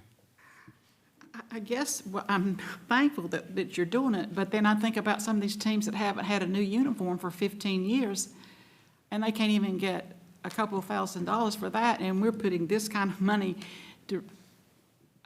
I was not aware that either school board was out or having issues, so I assume that they are? Yeah, well, airport doesn't have a video board, and Brooklyn Case is having some issues. We've had to try to piecemeal. And Brooklyn Casey wasn't supposed to have one either, but that's beside the point. Yes, ma'am. And I will say to your point, if we have teams that haven't had uniforms replaced in 15 years, I would like to know that, because that needs to be addressed, absolutely. And so I would like to know that so I can, work through that and address that, absolutely. What about playground equipment at Springdale? It seems like we've put a lot of money into that in the last 5 years. So is there something specific? That is a new, is that, Mr. McPherson, is that a replacement piece, or is that a new piece completely for? That would be a new piece that replaces an old piece. If you go out there, there's rust on the steps. It's in very bad shape, and we really need to replace that. Yes, sir. And then we're gonna put AstroTurf on another section that does not have AstroTurf right now. Thank you. Okay, what about the dance, 700,000? I understand that, and that program is fabulous. I'm super, super excited that we have it. The performance last week was phenomenal. I totally appreciate that. But we've just sunk about how many thousands in, and I know it isn't sufficient for what they're doing, but 700,000 is a lot of money. Yes, ma'am, I don't disagree with you. That is a very large investment. And what that is the I2 Tech space. Obviously when L2IC came online, those spaces were vacated. It's been used as storage for the last few years. We've walked that space with Dr. Jones several times and looked at that. Cleaned out now. Yeah, it's been cleaned since Christmas. Yeah, and so 700,000 is an estimate. We've worked with an architect to kind of do some preliminary designs. Nothing substantial there, because I wanted to make sure the board supported that work and felt good about what we were trying to do there. That is an estimate that we've gotten from a contractor that we trust to kind of put a number on that to give us an idea of. You're talking about HVAC that needs to be in there, fire alarm, mechanical upgrades, all the things that go along with that can. That can run up a pretty high number, but it would be a nice space with some lockers that they can have space to continue to grow their program. The program at Busby is phenomenal. Busby has a great space, so really trying to match that so kids go from the middle school level to the high school level and continue to thrive in spaces that fit what they need. Mr. Warren, I guess my beef is when I started athletics for girls at Brooklyn Casey and my sister at Airport, we were told, there's no money for salary, there's no money for equipment. The only thing you can start is gymnastics. If you want it, you can fundraise it and get your equipment, but there's no money available. And I guess that's what I'm coming from. It seems like we're just big shotting here and really making pie in the sky, and no one seems to be working for it, to take pride in it, and it really does bother me. I look down and look, and we're getting a Suburban. Who's going to be driving that Suburban, may I ask? Well, we have one right now that's used a lot by our district staff whenever, we travel to conferences or even, day trips to go visit schools. And what it does, it saves money because you're not paying mileage. You're able to put, 3 and 4 staff members in one vehicle versus, them driving separately. And it is used right now very consistently, so it's just adding to that. And special needs. I'm smiling because I was told, Ms. Kessler, you're going to do cheerleading if you want this job, and we don't have transportation, so how many can you get in your car? So I'm thinking, these people aren't having to work for anything to take pride in it. To have ownership, it bothers me. And we also use that vehicle for our special needs students, for the teachers to take them to job on site and USC and other places. Yes, ma'am. Oh, it's a lot of money. Thank you. Madam Chair? Ms. Rucker?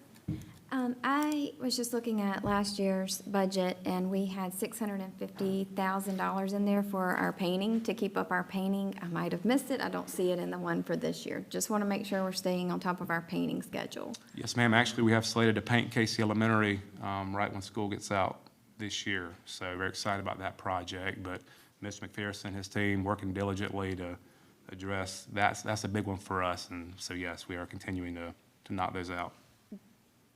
Do we need more funds allocated or to make sure we do that? Well, we can continue to use, those funds from last year in the CPIF, even this year to paint. We can look at that and see if there's, other needs. And of course, we have that contingency fund there that, can address some of those areas as well if need be. But that's noted, and we'll look at that. Yeah. Yes, just about 10 years ago on the task force, doing some walkthroughs, paint was literally falling off the walls. And I remember that very clearly. I don't want to get back there. So maintenance is a big deal, and I just want to make sure we're staying on our paint schedule, because if you get behind again on that, it takes many years, as we saw, to recover, even though we recovered very well. May I tag on to that? In the 2030, there's a rotation for all the schools to be painted on a regular basis. I'm surprised Casey's going to, because how old is that school? 6 years. 7 years. 7 years, exactly. Man, this obviously gets a lot of use. At that time, we made a ruling too, and I noticed that ruling is not being fulfilled. Maybe it's not a rule anymore, but people were not supposed to put tape and paste anything to the walls, and that's not being upheld. Well, it should be. We have the tracks on the walls. That's what they're for. Yes, ma'am. Yeah. And we also had a flooring rotation too in the schools, didn't we, back at the task force with the painting? I hadn't seen that on this one either. Well, we do have some flooring work happening at Tile in the bathrooms, wasn't it? in the CEC, continuing some work that Mr. McPherson's done there in that space to address that. But something we'll continue to evaluate, because you're right. I mean, flooring does need to be replaced, especially that VCT in the classrooms. Just for my edification, the dance floor, is that the 2-story building in that old breezeway, or is that the 1-story? 1-story. That was Bernie's old? It's Bernie's place. Bernie's old space. Yes, sir. Thank you. Any other questions? Happy to answer anything else.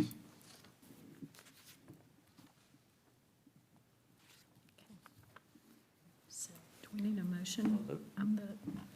I make a motion that we approve first reading of the 24-25 CPIF budget. To do first and second. Have a motion by Ms. Branham, a second. First by- and second? Yes, ma'am. This is supposed to be in April. Need a first and second? Yes, ma'am. Okay. I apologize. Can you make I a make a friendly? motion to do first and second reading of the CPIF budget. Second. Second by Mr. Bray. Any discussion? All in favor signify by saying aye. Aye. Opposed? Motion carries 7-0. Thank you. Okay, thank you. Next is consideration of course addition.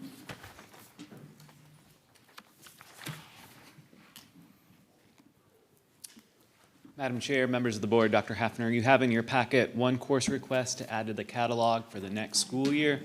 That request comes from Brooklyn-Cayce High School for Ready for High School Math. It is a state course code. It's not a local board-approved course. It is designed to prepare students for going into Algebra 1 and establish some of those foundational skills that they need in Algebra 1. It takes kind of the first portion of the course and stretches it out so that students are prepared when they do get into Algebra 1 to be more successful. With the change to the math standards, it would only be a one summer course, but they do propose to offer a half credit this summer for students and give a jump start headed into high school math. Madam Chair, I move to add Ready for High School Math to our course catalog. Yeah, I have a motion. Do I have a second? Second. By Ms. Rucker. Any discussion? Ms. Branham? So this is going to be a summer school class this summer? Yes, ma'am. And are we going to encourage people to take that class? I mean, have you identified, yeah. I'm for it, so I'm not like fighting against it, but I mean, it's not going to do us any good unless we make sure the children who need it are in We're it. looking at our 8th grade scores as far as SC Ready goes, and just making sure that our students who have struggled a little bit as far as that goes are in that course. So hopefully when we get to our Algebra 1 ELCs, our students are scoring better and they're prepared for that class. Thank you. And I agree, 100% need it, but, we've got to be able to encourage those children who need it and incentivize them maybe with, come learn algebra and eat ice cream. Yes, ma'am.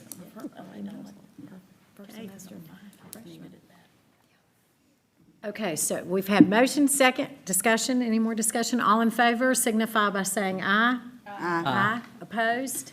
Motion carries 7-0, Ms. Strange. All right. Next. Madam Chairman, may I just ask a question? On the CPIF vote, y'all went aye like a little bit later. Y'all were ayes? Aye. Okay. I just asked Cindy. I just want to make sure it was clear. 7-0.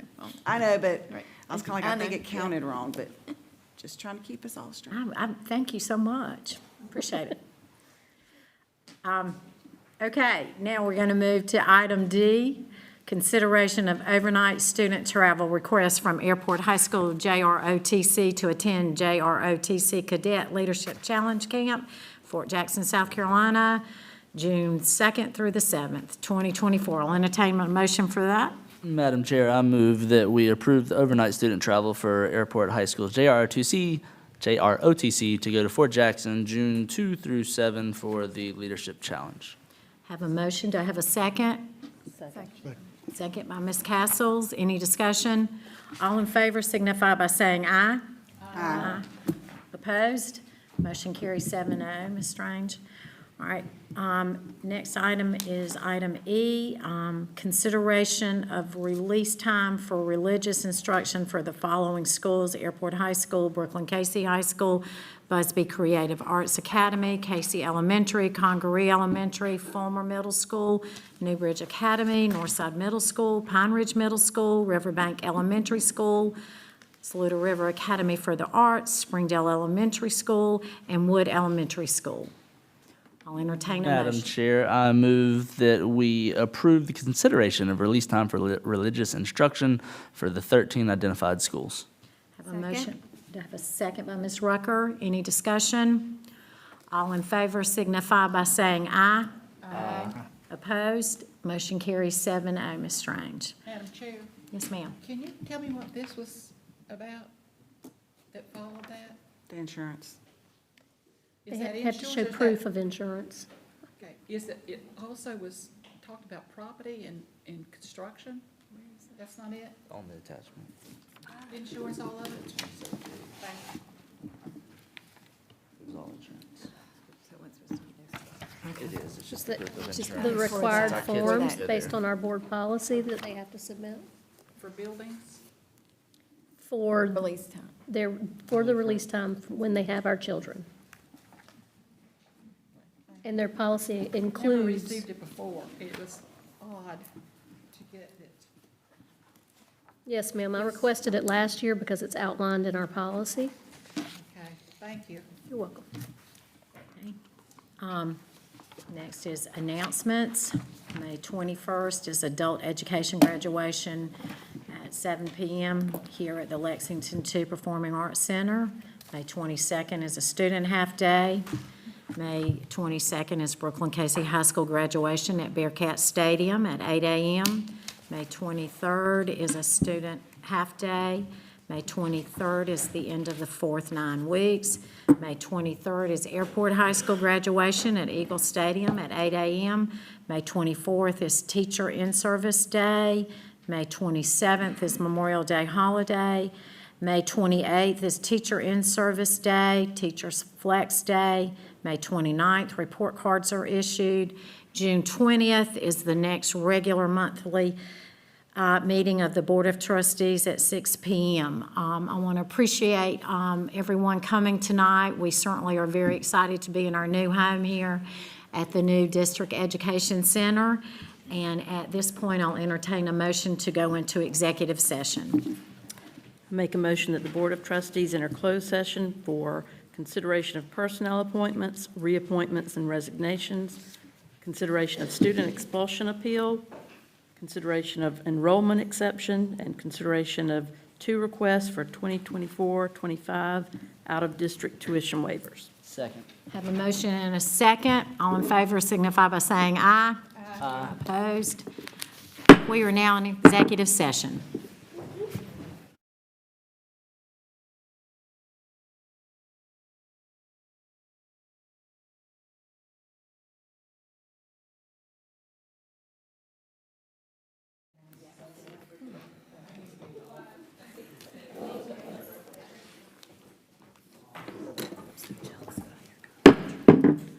All right.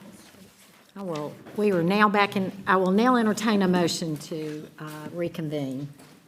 I make a motion, pardon me, Ms. Wooten. I make a motion that the meeting be reconvened in open session and the appropriate affidavit be executed. Second. Have a motion and a second to, any discussion? All in favor signify by saying aye. Aye. Opposed? Motion carries. We are now in open session. And I will entertain motions for action taken during executive session. I make a motion to approve personnel appointments, reappointments, and resignations excluding number 18. Second. I have a motion and a second. Any discussion? All in favor signify by saying aye. Aye. Aye. Motion carries unanimously. I make a motion to uphold the administration's recommendation for the student expulsion appeal. Have a motion. I have a second. Second. Second by Mr. Bray. Any discussion? All in favor signify by saying aye. Aye. Aye. Opposed? Motion carries unanimously. I make a motion that we make an exception to the state law and allow an enrollment in 5K for student A. Second. I have a motion by Ms. Branham, a second by Mr. Bray. Any discussion? All in favor signify by saying aye. Aye. Opposed? Motion carries unanimously. I make a motion to waive the 2 requests for out-of-district tuition waivers. Second. I have a motion and a second. Any discussion? All in favor signify by saying aye. Aye. Opposed? Motion carries unanimously. Motion to adjourn. I move. Second. Oh, my God. I move to adjourn. Second. You bigot. All right, motion to adjourn. All in favor say aye. We are adjourned. You beat me.